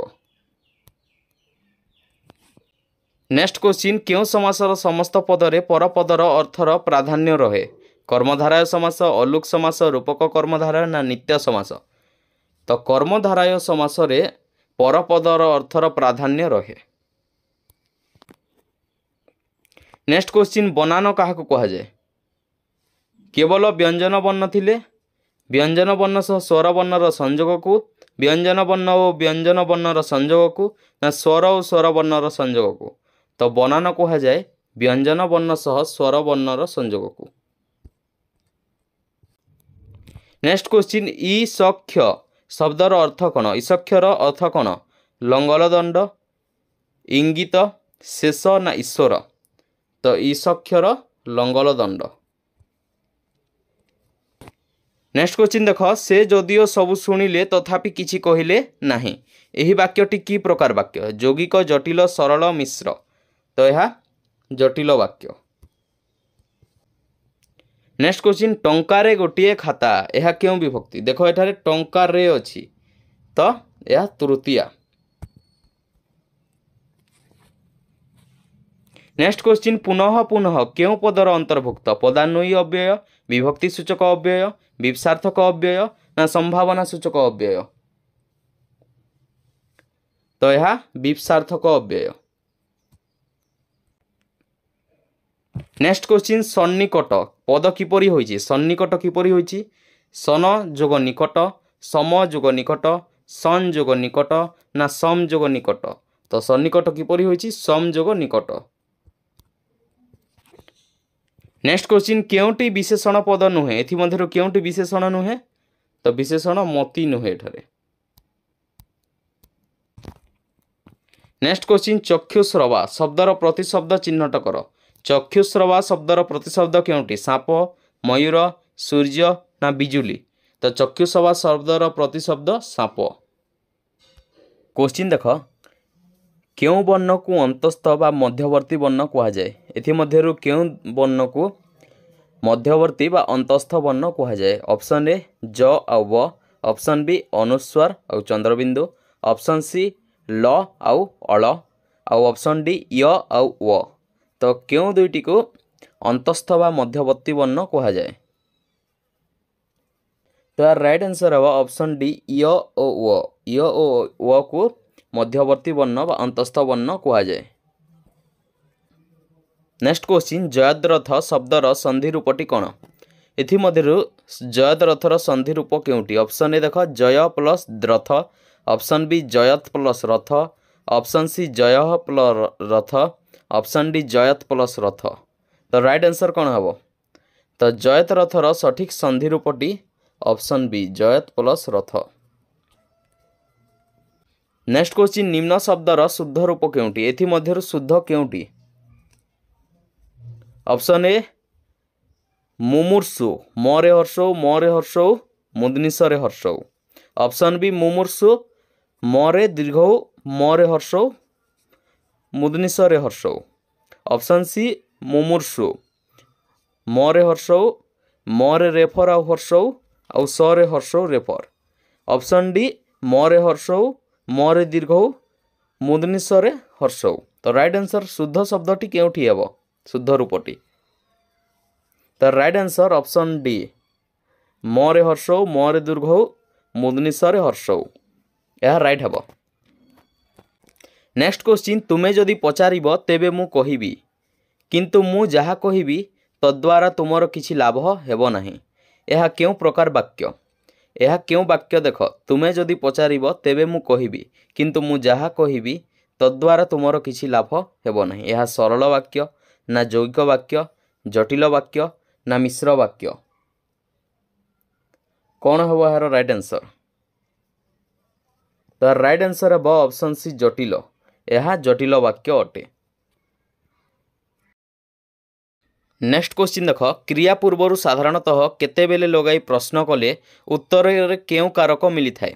क्रिया पूर्वर साधारणतः केतेबेले लगाई प्रश्न कले उत्तर केउ कारक मिली थाए। ऑप्शन ए कालाधिकरण, ऑप्शन बी आधाराधिकरण, ऑप्शन सी स्थानाधिकरण कारक, ऑप्शन डी करण कारक। तो यार राइट आंसर है ऑप्शन ए कालाधिकरण कारक। नेक्स्ट क्वेश्चन केउटी व्यधिकरण बहुब्रीहि समासर उदाहरण? केउटी व्यधिकरण बहुब्रीहि समासर उदाहरण? ऑप्शन ए पीताम्बर, ऑप्शन बी चक्रपाणी, ऑप्शन सी सपत्नी, ऑप्शन डी अनाब। तो केउटी व्यधिकरण बहुब्रीहि समासर उदाहरण? तो राइट आंसर है ऑप्शन बी चक्रपाणी। नेक्स्ट क्वेश्चन निम्न वाक्य रे रेखांकित पदटी केउ विभक्ति सूचक? हिमालयरू गंगा नदीर उत्पत्ति होइअछि। हिमालयरू गंगा नदीर उत्पत्ति, उत्पत्ति अर्थरे विच्छिन्न अर्थरे क्यों विभक्ति हुए? ऑप्शन ए तृतीया, ऑप्शन बी चतुर्थी, ऑप्शन सी पंचमी, ऑप्शन डी सप्तमी।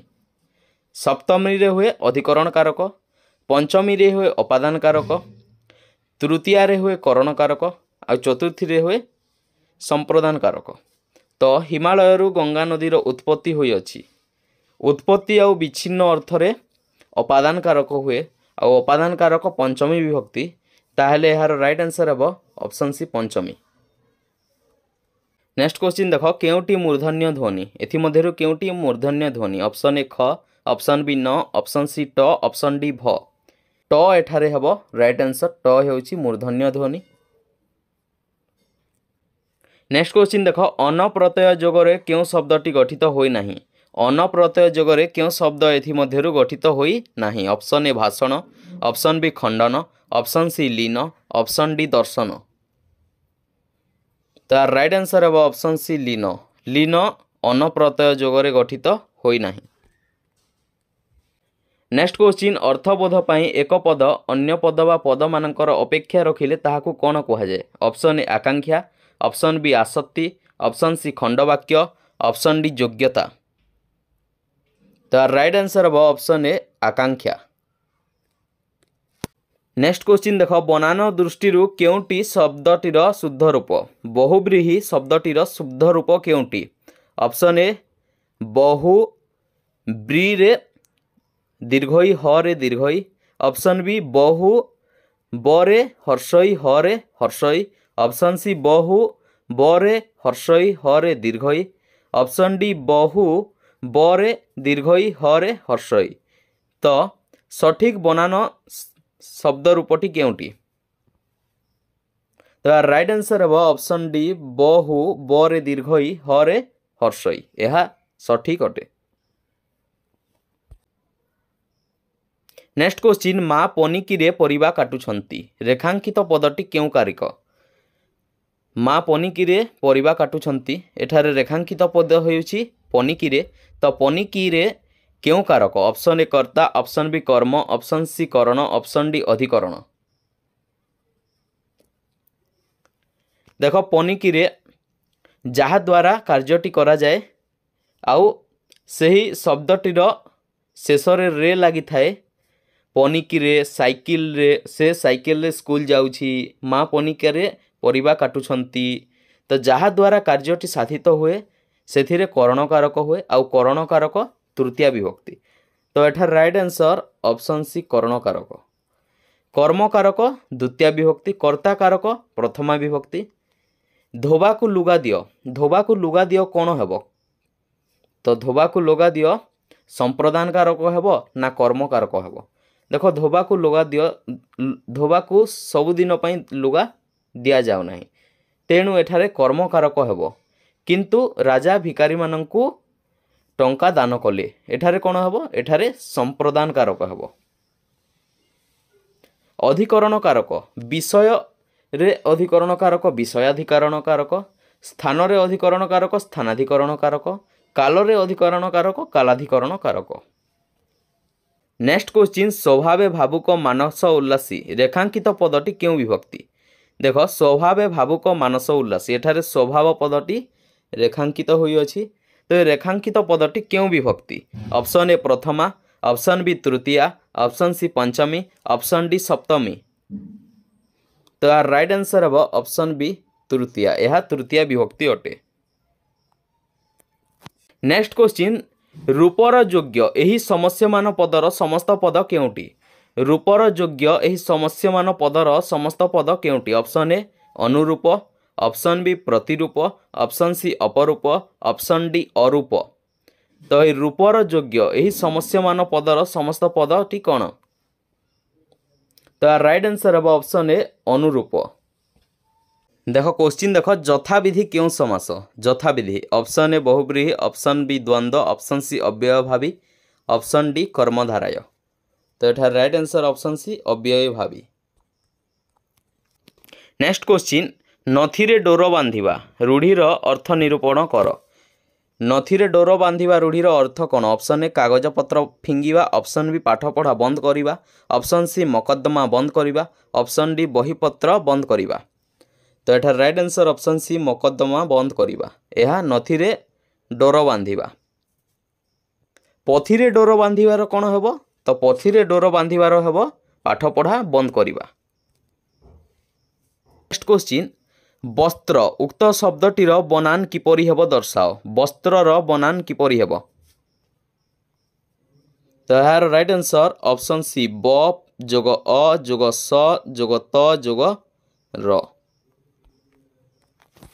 नेक्स्ट क्वेश्चन ओह कि गरम उक्तिर शेष रे क्यों चिन्ह आवश्यक। ओह कि गरम यार उक्तिर शेष रे क्यों चिन्ह आवश्यक। यह हेउछि विस्मयसूचक वाक्य तो एठारे विस्मयसूचक चिन्ह लागिबो। नेक्स्ट क्वेश्चन दुईटी वाक्य को जोग करुथुबा सर्वनामर नाम कौन। दुईटी वाक्य को जोग करुथुबा सर्वनामर नाम कौन। ऑप्शन ए व्यक्तिवाचक सर्वनाम ऑप्शन बी संबंधवाचक सर्वनाम ऑप्शन सी समूल्य सर्वनाम ऑप्शन डी प्रश्नवाचक सर्वनाम। तो यार राइट आंसर ऑप्शन सी समूल्य सर्वनाम। नेक्स्ट क्वेश्चन केउटी पार्श्विक व्यंजन ध्वनि। केउटी पार्श्विक व्यंजन ध्वनि। ऑप्शन ए ढ ऑप्शन बी ल ऑप्शन सी आ ऑप्शन डी य। तो यार राइट आंसर ऑप्शन बी ल। नेक्स्ट क्वेश्चन रोगी को औषध दियो एठारे रेखांकित पदटी क्यों विभक्ति। रोगी को ऑप्शन ए असमापिका क्रियालोपे पंचमी ऑप्शन बी निवारणार्थे चतुर्थी ऑप्शन सी भावे सप्तमी ऑप्शन डी पट्टु शब्द जोगे पंचमी। तो यार राइट आंसर ऑप्शन बी निवारणार्थे चतुर्थी। नेक्स्ट क्वेश्चन सूर्यंकर उदय रे पद्म फुटे। सूर्यंकर उदय रे पद्म फुटे तो यह उदय रे रेखांकित पदटी क्यों विभक्ति। तो राइट आंसर ऑप्शन डी भावे सप्तमी। नेक्स्ट क्वेश्चन मालिक चाकर द्वारा काम कराउछंती यह क्यों कर्ता। मालिक चाकर द्वारा काम कराउछंती यह अप्रधान कर्ता ना प्रधान कर्ता ना अपादान कारक ना प्रयोजक कर्ता। तो राइट आंसर ऑप्शन डी प्रयोजक कर्ता। नेक्स्ट क्वेश्चन कर्तृवाच्य रे कर्म कारक रे क्यों विभक्ति होता है। कर्तृवाच्य रे कर्म कारक रे क्यों विभक्ति होता है। प्रथमा तृतीया द्वितीया चतुर्थी। तो कर्म कारक रे द्वितीय विभक्ति प्रथमा विभक्ति कर्ता कारक रे तृतीय विभक्ति करण कारक रे आउ संप्रदान कारक रे चतुर्थी विभक्ति।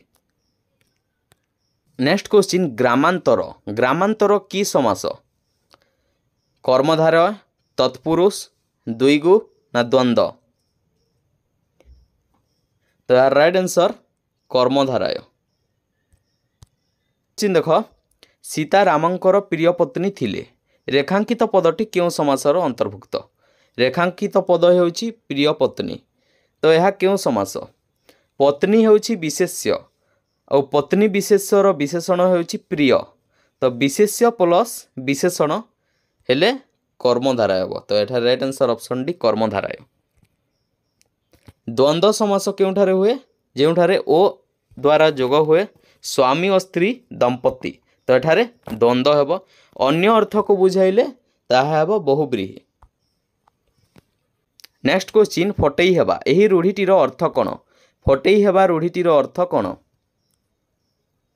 ଅଥୟ କରିବା, ଅନୁମାନ କରି କହିବା, ନ ପଚରାଣୁ କହିବା ନା ଗୋଟିଏ କଥାକୁ ବାରମ୍ବାର ପଚାରିବା। ତ ଫଟେଇ ହେବା ରୂଢ଼ିଟିର ଅର୍ଥ ଗୋଟିଏ କଥାକୁ ବାରମ୍ବାର ପଚାରିବା, ଅପସନ୍ ଡି। ନେକ୍ସଟ କ୍ୱେଶ୍ଚିନ୍ ତିତିକ୍ଷା ଶବ୍ଦର ଅର୍ଥ କ'ଣ? ତିତିକ୍ଷାର ଅର୍ଥ କ'ଣ? ସହିଷ୍ଣୁତା, ପ୍ରଖର, କାଲ, ନିର୍ମିତ। ତ ତିତିକ୍ଷା ଶବ୍ଦର ଅର୍ଥ ସହିଷ୍ଣୁତା। ନେକ୍ସଟ କ୍ୱେଶ୍ଚିନ୍ ଜଟିଳ ବାକ୍ୟରେ ପ୍ରଧାନ ବାକ୍ୟ ଠାରୁ ଅପ୍ରଧାନ ବାକ୍ୟ ଗୁଡ଼ିକୁ ପୃଥକ କରିବା ପାଇଁ କେଉଁ ବିରାମ ଚିହ୍ନ ବ୍ୟବହୃତ ହୁଏ? ଜଟିଳ ବାକ୍ୟରେ ପ୍ରଧାନ ବାକ୍ୟ ଠାରୁ ଅପ୍ରଧାନ ବାକ୍ୟ ଗୁଡ଼ିକୁ ପୃଥକ କରିବା ପାଇଁ କେଉଁ ବିରାମ ଚିହ୍ନ ବ୍ୟବହୃତ ହୁଏ? ହାଇଫେନ୍, କୋଲନ୍, କମା, ସେମିକୋଲନ୍। ତ ରାଇଟ୍ ଆନ୍ସର ହେବ କମା। ନେକ୍ସଟ କ୍ୱେଶ୍ଚିନ୍ ଯାହାଦ୍ୱାରା କର୍ତ୍ତା କୌଣସି କ୍ରିୟା ସାଧନ କରେ ତାହାକୁ କି କାରକ କୁହାଯାଏ? ଯାହାଦ୍ୱାରା କର୍ତ୍ତା କୌଣସି କ୍ରିୟା ସାଧନ କରେ। ରାମ ସାଇକେଲରେ ସ୍କୁଲ ଯାଉଛି। ସାଇକେଲ ଦ୍ୱାରା ହିଁ କାମଟି ହେଉଛି। ତ ସାଇକେଲଟି କ'ଣ ହେବ? ସାଇକେଲ ଦ୍ୱାରା କ୍ରିୟାଟି ସାଧନ ହେଉଛି। ତ ଏଠାରେ ସାଇକେଲ ହେବ କରଣ କାରକ। ସାଇକେଲ ଦ୍ୱାରା କ୍ରିୟାଟି ସାଧିତ ହେଉଛି। ତ ଏଠାରେ ରାଇଟ୍ ଆନ୍ସର ଅପସନ୍ ଏ କରଣ କାରକ।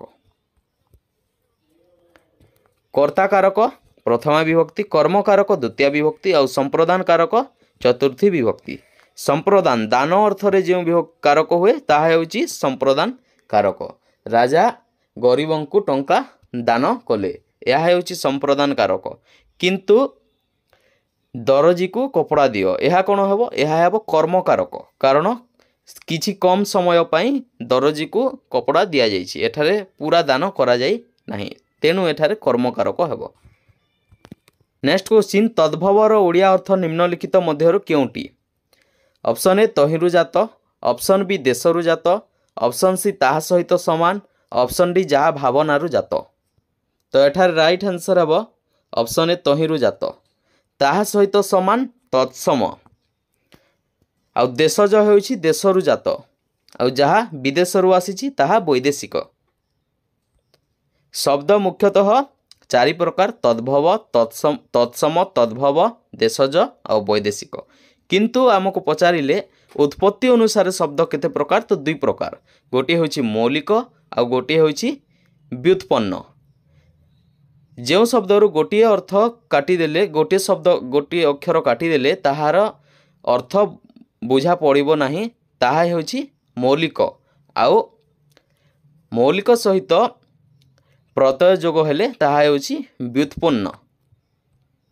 ନେକ୍ସଟ କ୍ୱେଶ୍ଚିନ୍ କ୍ଷୀଣ ଶବ୍ଦର ବିପରୀତାର୍ଥବୋଧକ ଶବ୍ଦ କେଉଁଟି? କ୍ଷୀଣ ଶବ୍ଦର ବିପରୀତ ଅର୍ଥବୋଧକ ଶବ୍ଦ ହେଉଛି ପୃଥୁଳ। ନେକ୍ସଟ କ୍ୱେଶ୍ଚିନ୍ ପ୍ରତ୍ୟେକ ବର୍ଗର ପାଞ୍ଚମ ବର୍ଣ୍ଣକୁ କ'ଣ କୁହାଯାଏ? ପ୍ରତ୍ୟେକ ବର୍ଗର ପାଞ୍ଚମ ବର୍ଣ୍ଣକୁ କ'ଣ କୁହାଯାଏ? ଅପସନ୍ ଏ ଅନୁନାସିକା, ଅପସନ୍ ବି ଅନ୍ତସ୍ଥ, ଅପସନ୍ ସି ଉଷ୍ମ, ଅପସନ୍ ଡି ଓଜଗବାହ। ପାଞ୍ଚଟି ବର୍ଗ ଅଛି: କଚଟ ତପ, ଯାହାକୁ କତାମୁଦ, କଣ୍ଠ, ତାଳବ୍ୟ, ମୂର୍ଧନ୍ୟ, ଓଷ୍ଠ୍ୟ।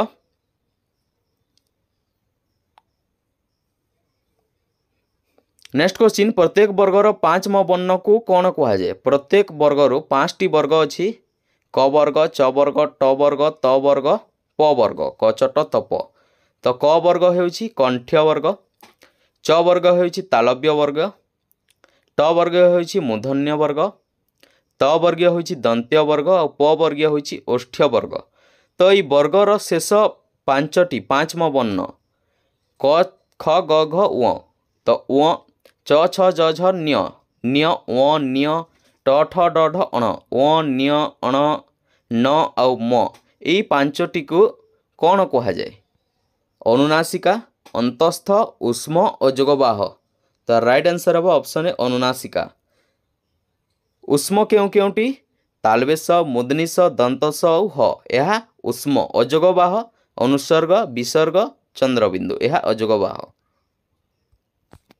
ନେକ୍ସଟ କ୍ୱେଶ୍ଚିନ୍ କେଉଁଟି ତୁଳନାତ୍ମକ ରୂଢ଼ି? ଏଥିମଧ୍ୟରୁ କେଉଁଟି ତୁଳନାତ୍ମକ ରୂଢ଼ି? ଅପସନ୍ ଏ ବାଟ ଭାଙ୍ଗିବା, ऑप्शन बी सिंह परी जुझिबा, ऑप्शन सी फटई हेबा, ऑप्शन डी बाट काटिबा। तो राइट आंसर ऑप्शन बी सिंह परी जुझिबा, यह तुलनात्मक रूढ़ी।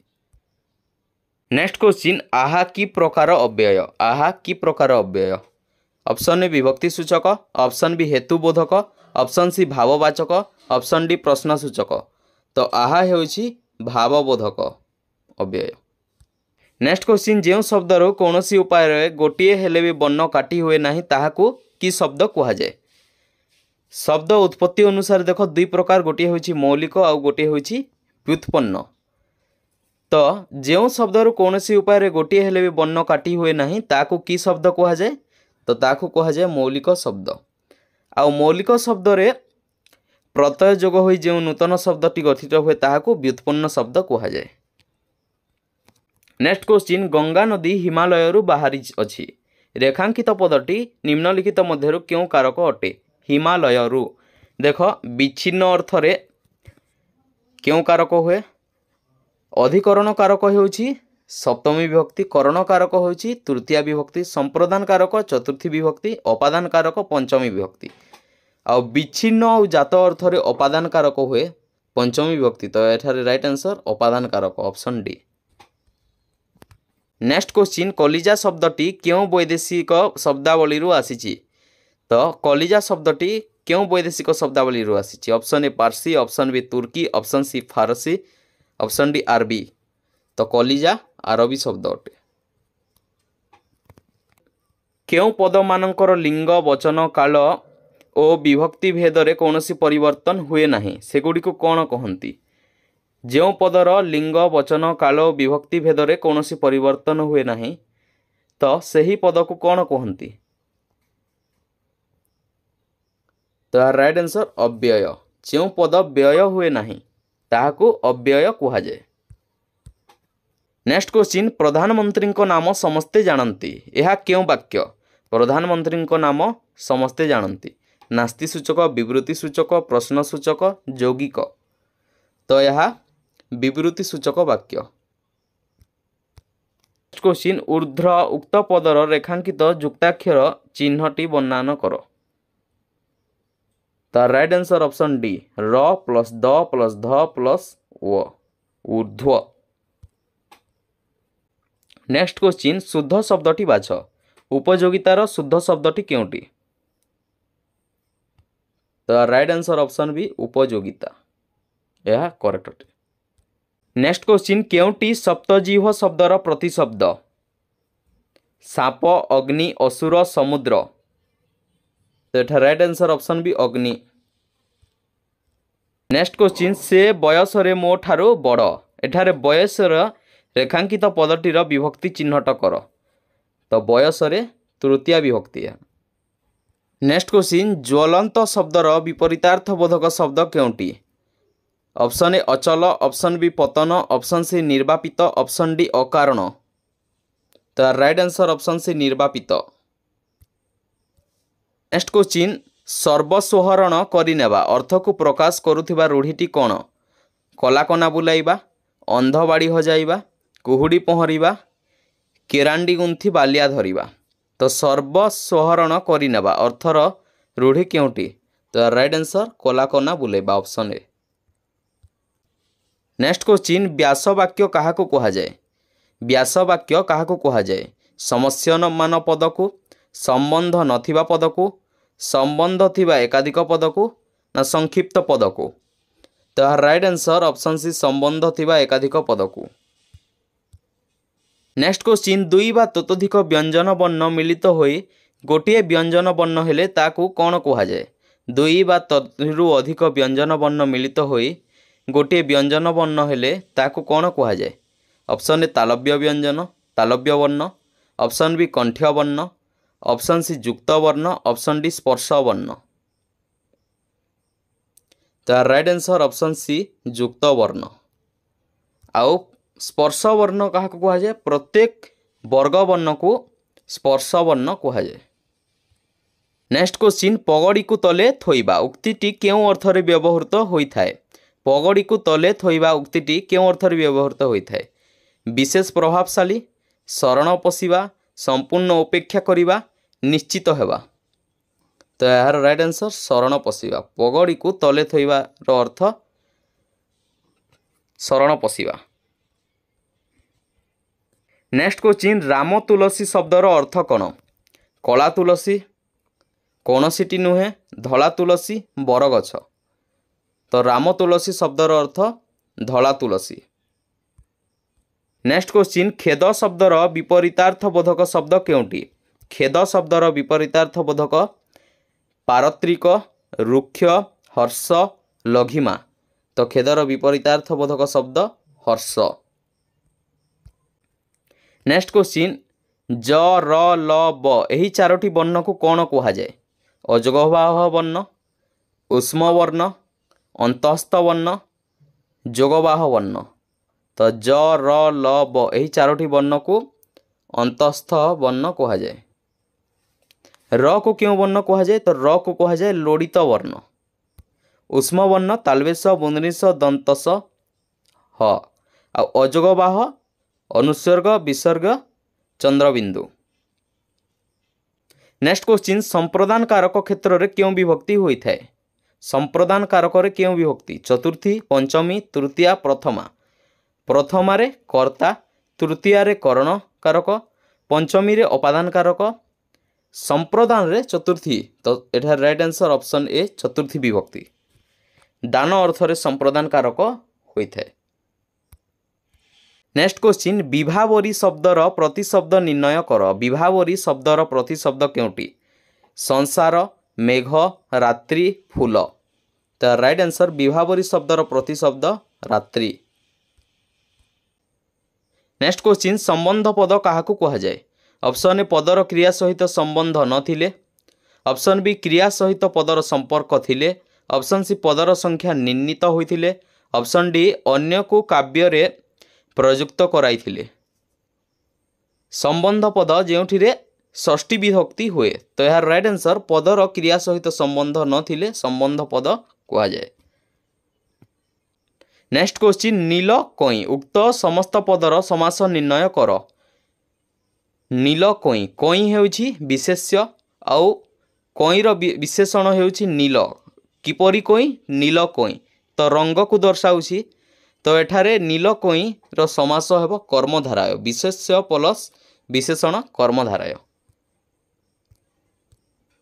निम्नलिखित शब्द मध्यरु केउटी पोखरीर प्रतिशब्द दर्शाओ? पोखरीर प्रतिशब्द केउटी? तटिनी, सरिता, सरसी, उदधी। तो राइट आंसर ऑप्शन सी सरसी। यह पोखरीर प्रतिशब्द। नेक्स्ट क्वेश्चन पार्थिवर प्रकृति प्रत्यय कौन हेबो? पार्थिवर प्रकृति प्रत्यय ऑप्शन ए पाथ प्लस इव, ऑप्शन बी पार्थी प्लस ओ, ऑप्शन सी पृथ्वी प्लस ब, ऑप्शन डी पृथ्वी प्लस अ। तो पार्थिवर प्रकृति प्रत्यय पृथ्वी प्लस अ। नेक्स्ट क्वेश्चन पार्थिवर प्रकृति प्रत्यय कौन हेबो? ऑप्शन ए पाथ प्लस इव, ऑप्शन बी पार्थी प्लस ओ, ऑप्शन सी पृथ्वी प्लस ब, ऑप्शन डी पृथ्वी प्लस अ। तो यार राइट आंसर ऑप्शन डी पृथ्वी प्लस अ। यह पार्थिवर प्रकृति प्रत्यय। नेक्स्ट क्वेश्चन विश्वकर्तार विभक्ति निर्णय कर। विश्वकर्तार विभक्ति कौन? तृतीया, सप्तमी, चतुर्थी, षष्ठी। तो यार राइट आंसर षष्ठी। नेक्स्ट क्वेश्चन निम्नलिखित मध्यरु केउटी रंग अर्थ को बुझाए नहीं? रंग अर्थ को केउटी बुझाए नहीं? परिहास, सौंदर्य, आमोद, भंगी। तो ऑप्शन बी सौंदर्य।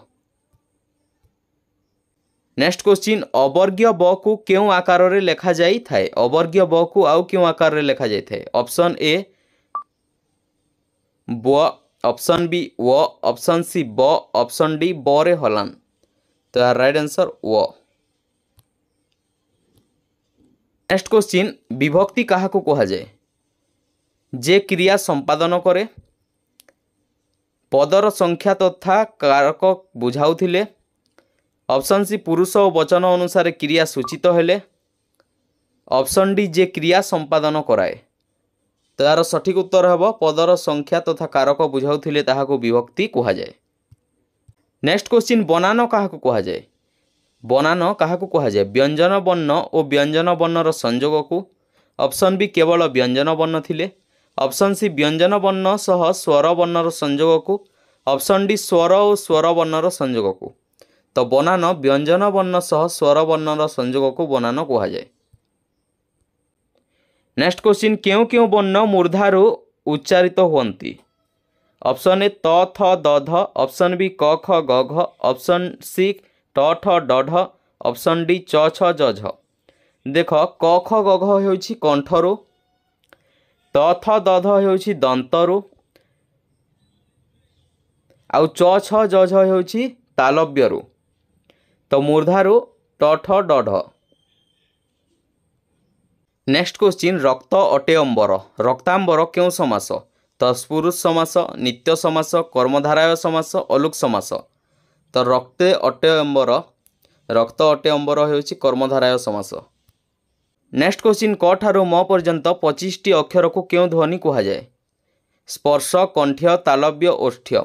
तो क ठारू म पर्यंत 25 टी अक्षर को स्पर्श ध्वनि कहा जाए। नेक्स्ट क्वेश्चन त थ द ध न ध्वनिर उच्चारण स्थान केउटी। दंत, तालु, ओष्ठ, मूर्धा। तार सठिक उत्तर दंत। नेक्स्ट क्वेश्चन यर उच्चारण विधि नियम कौन। ज शब्द न रहिले कौनसीटी नुहे, ज शब्द आद्ୟରେ रहिले, ज आद्ୟରେ न रही अन्यत्र रहिले। यर उच्चारण विधि होछि ज आद्ୟରେ न रही अन्यत्र रहिले। नेक्स्ट क्वेश्चन क्यों समासर समस्त पदरे परपदर अर्थर प्राधान्य रहे। परपदर अर्थर प्राधान्य क्यों समासरे रहे। नित्य समास, रूपक कर्मधाराय, कर्मधाराय समास, अलुक समास। तार सठिक उत्तर कर्मधाराय समास। नेक्स्ट क्वेश्चन संपदर विपरीत बोधक शब्द निम्नलिखित मध्यरु केउटी हेब। संपदर विपरीत शब्द केउटी। असंपद, धन, विसंपद, विपद। तार सठिक उत्तर ऑप्शन डी विपद। संपदर विपरीत शब्द विपद। नेक्स्ट क्वेश्चन अरण्य थिला तार बासस्थान। रेखांकित शब्दर पदटीर समास चिन्हट कर।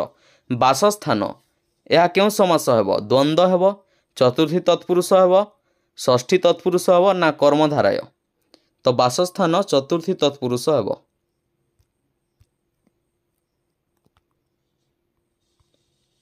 नेक्स्ट क्वेश्चन सृष्टि शब्दटी को सठिक बनान कर। सृष्टि शब्दर सठिक बनान केउटी। तो सृष्टि शब्दर सठिक बनान स र। नेक्स्ट क्वेश्चन सृष्टि शब्दटी को सठिक बनान कर। तो सृष्टि शब्दर सठिक बनान केउटी। स तले हलान, जोग र तले हलान, जोग उ, जोग मूर्धनी स तले हलान, जोग ट तले हलान, जोग इ। ऑप्शन डी यह सृष्टिर सठिक बनान अटे। नेक्स्ट क्वेश्चन निर्वाह शब्दटीर संधि विच्छेद कर। निर्वाह संधि विच्छेद। नियुक्त बाह, निर्युक्त बाह, नियुक्त बाह, निर्वायुक्त अह। तार राइट आंसर ऑप्शन ए नियुक्त बाह, निर्वाह। नेक्स्ट क्वेश्चन कृषिजात उक्त पदटीर विभक्ति उल्लेख कर। कृषिजात चतुर्थी, पंचमी, षष्ठी, सप्तमी। जात अर्थरे विच्छिन्न अर्थरे अपादान कारक हुए। तो अपादान कारक पंचमी विभक्ति हुए, तेणु ऑप्शन बी पंचमी। नेक्स्ट क्वेश्चन जो खंड वाक्य नाम विशेष्यर कार्य करे ताकू कौन कह जाए। जो खंड वाक्य नाम विशेष्यर कार्य करे ताहाको वाक्यांश कह जाए, नाम विशेषणात्मक खंड वाक्य कह जाए, ना नाम विशेष्यात्मक खंड वाक्य कह जाए, ना खंड वाक्य कह जाए।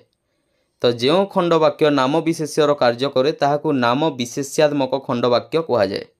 नेक्स्ट क्वेश्चन एक जातीय क्रिया रे परस्पर व्यापृत थिबा बुझाइले एही समास को कौन कह जाए। ऑप्शन ए व्यतिहार बहुब्रीहि, ऑप्शन बी मध्यपदलोपी बहुब्रीहि, ऑप्शन सी निषेधार्थक बहुब्रीहि, ऑप्शन डी प्रतिहार बहुब्रीहि। एक जातीय क्रिया रे परस्पर व्यापृत थिबा बुझाइले एही समास को व्यतिहार बहुब्रीहि कह जाए। नेक्स्ट क्वेश्चन जो मानक उद्देश्य महत् सेमानंको भगवान साहाय्य करती। वाक्यटी क्यों प्रकार वाक्य। सरल, मिश्र, यौगिक, जटिल। तो यह जटिल वाक्य। नेक्स्ट क्वेश्चन मुखचंद्र उक्त समस्त पदटी क्यों कर्मधारय समास उल्लेख कर। मुखचंद्र मध्यपदलोपी, उपमित, उपमान, रूपक तो मुखचंद्र हेउछि उपमित कर्मधारय। नेक्स्ट क्वेश्चन पंडित गोदावरीश आजि गतायु उक्त वाक्य रे रेखांकित शब्दटीर समास उल्लेख कर। उक्त वाक्य रे रेखांकित शब्द हेउछि गतायु तो गतायुर समास कौन मध्यपदलोपी कर्मधारय बहुब्रीहि अव्ययी भाव द्विगु तो राइट आंसर ऑप्शन भी बहुब्रीहि। नेक्स्ट क्वेश्चन गुणीर विपरीत बोधक शब्द उल्लेख कर। गुणीर विपरीत बोधक शब्द कौन अगुण निर्गुणी मूर्ख निर्गुण गुणीर विपरीत शब्द निर्गुण। नेक्स्ट क्वेश्चन कीर्ति शब्दटीर सठिक बनान कर। कीर्ति शब्दटीर सठिक बनान कौन तो कीर्ति शब्दटीर सठिक बनान क रे हलंत जोग दीर्घई जोग र रे हलंत जोग त रे हलंत जोग त रे हलंत जोग हर्षई यह सठिक अटे। नेक्स्ट क्वेश्चन उत्कल मातार मुख उज्जवल करिथिले एठारे उज्जवल रेखांकित पदटीर संधि विच्छेद कर। उज युक्त जल उत युक्त जल उत युक्त ज्वल उज युक्त अल तो उज्ज्वलर सठिक संधि विच्छेदटी हेब उद युक्त ज्वल ऑप्शन सी।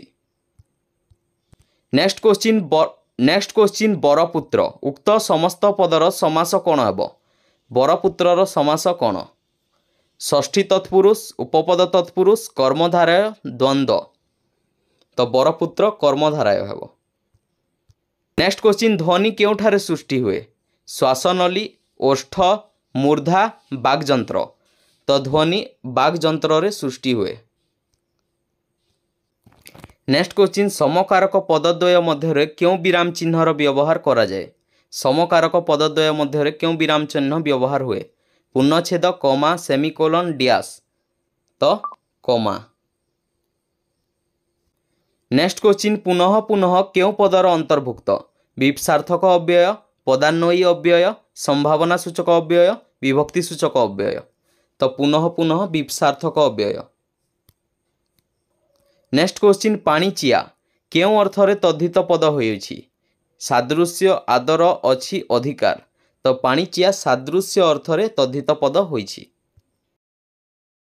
नेक्स्ट क्वेश्चन सुक्ति उक्त पदटीर संधि विच्छेद कर तो राइट आंसर ऑप्शन बी दंतसरे हर्षौ युक्त हर्षौ ति सुक्ति। नेक्स्ट क्वेश्चन रोगीर विपरीत शब्द कौन हेब रोगीर विपरीत शब्द निरोगी निरोग आरोग्य रोगशून्य तो निरोग हेब। नेक्स्ट क्वेश्चन धैर्य उक्त शब्दर प्रकृति प्रत्यय उल्लेख कर। धैर्य धैर्य युक्त य धीर युक्त ज धैर्य युक्त र धैर्य युक्त य तो राइट आंसर ऑप्शन बी धीर युक्त ज धैर्य। नेक्स्ट क्वेश्चन भोकी को खाद्य देले सेमानंक मन आनंदित हेब रेखांकित पदगुड़िक क्यों समास अटे द्वितीय तत्पुरुष नंच तत्पुरुष कर्मधाराय उपपद तत्पुरुष तो राइट आंसर ऑप्शन डी उपपद तत्पुरुष। नेक्स्ट क्वेश्चन शिव ज्ञान रे जीव सेवा करिबा उचित रेखांकित पदटीर विभक्ति दर्शाओ ज्ञान रे लागिछि ज्ञान रे तृतीय विभक्ति हेब। नेक्स्ट क्वेश्चन क्यों समास रे समस्त पद मध्यरु काहारी को न बुझाई तदर्थ विशिष्ट अन्य एक वस्तु को बुझाए क्यों समास रे समस्त पद मध्यरु काहारी को न बुझाई तदर्थ विशिष्ट अन्य एक वस्तु को बुझाए ताको कौन कहुए तत्पुरुष बहुब्रीहि नित्य कर्मधाराय तो सठिक आंसर है बहुब्रीहि समास। नेक्स्ट क्वेश्चन मोते खेली आसे नहीं रेखांकित मोते शब्दटीर विभक्ति कौन सप्तमी द्वितीया प्रथमा चतुर्थी तो मोते रहब द्वितीय विभक्ति। भिडियोटी भल लगी लाइक करदे सांगसाथी मान सहित भिडियोटी को शेयर करदे आम चैनल को जब सब्सक्राइब करना आउ को एपरी स्टडी रिलेटेड वीडियो देखिबा पई सब्सक्राइब करने। धन्यवाद।